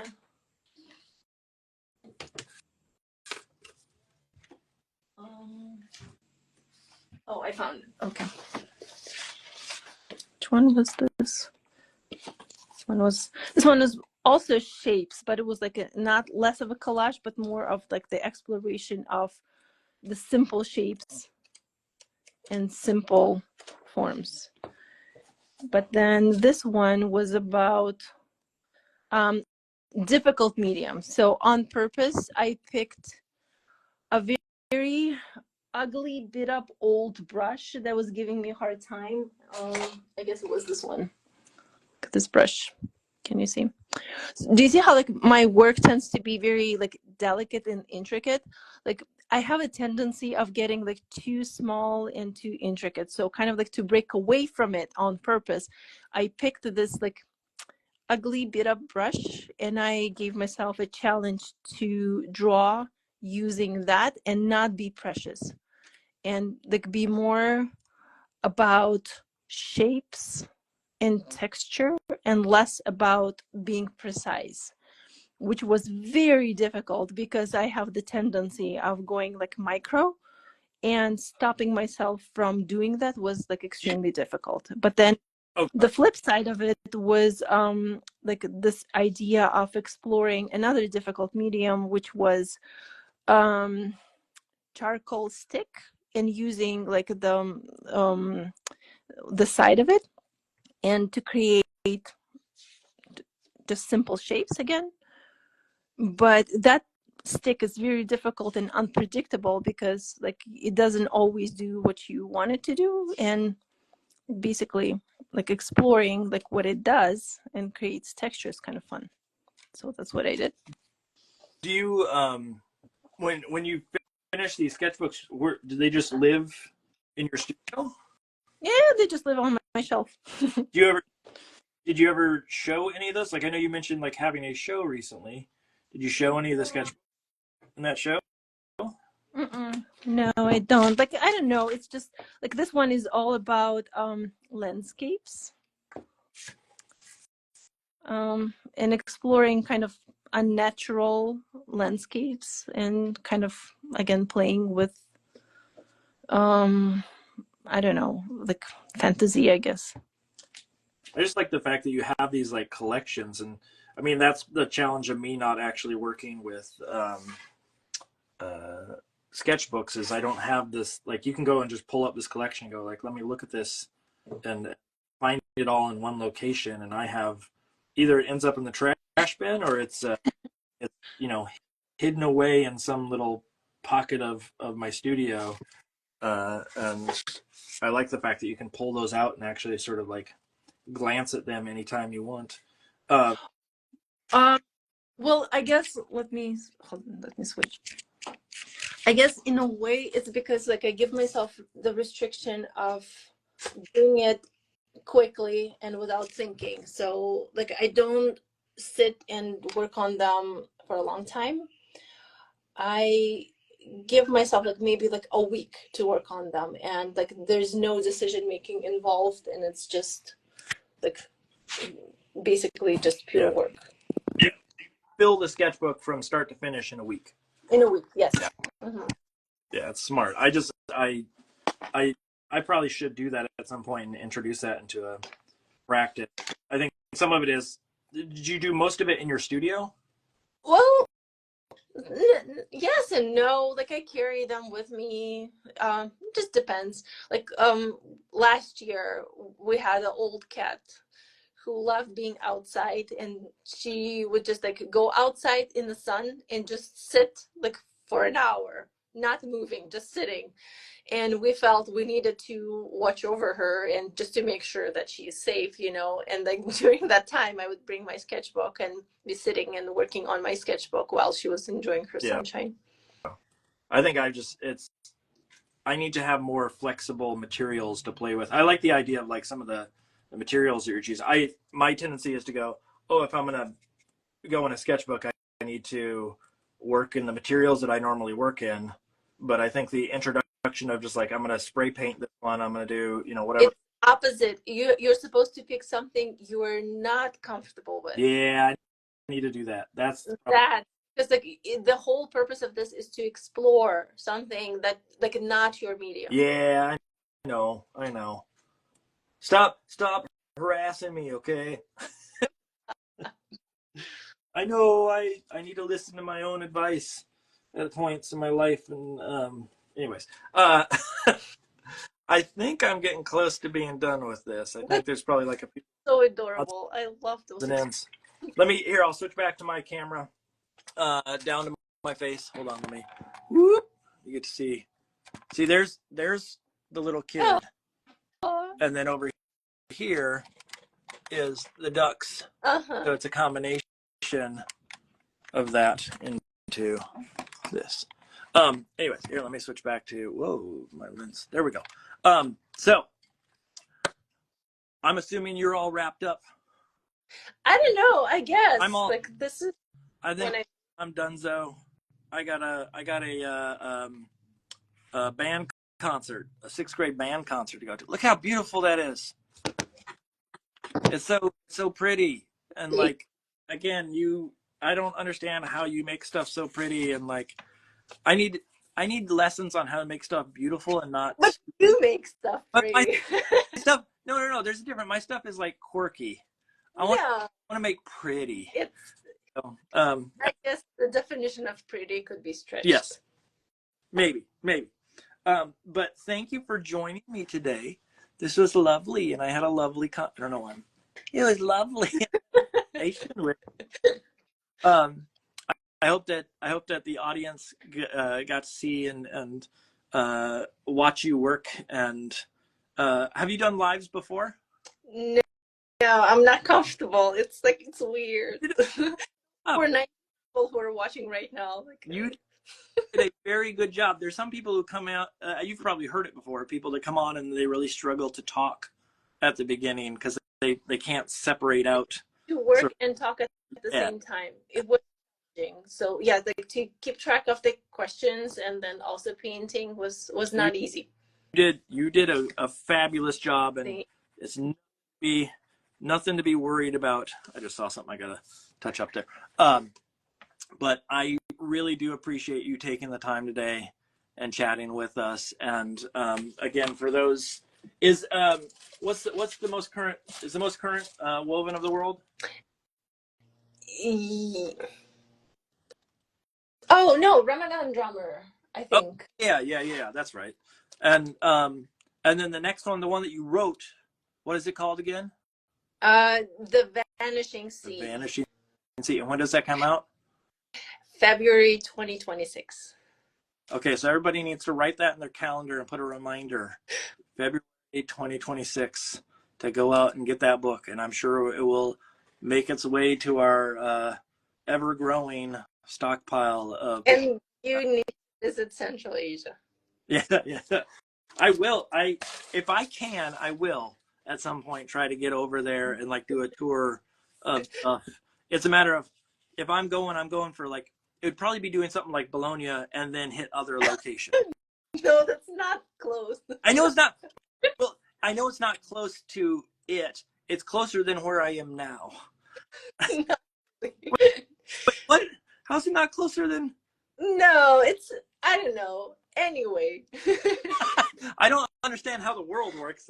I will go look at a globe and I will figure it out. But I will try to get over there at some point. And if you're ever in the area, or if I'm ever in the area and whatnot, I will treat you to a dinner or to a drink or something of sort as a thank you for spending. That would be lovely. Yes, thank you, Mark. It was such a pleasure to be a guest on your podcast. Like, I don't know, what do you call this? I call it a web show. Right. Thank you so much. I like speaking before when you had other guests, and then when you invited me, I was just over the moon. Okay. Well, thank you. I was over the moon that you said yes. Okay. Go have a lovely evening, and I will be in touch. Yes. And you enjoy your show, and yeah, thank you so much. Thank you again. All right. Bye.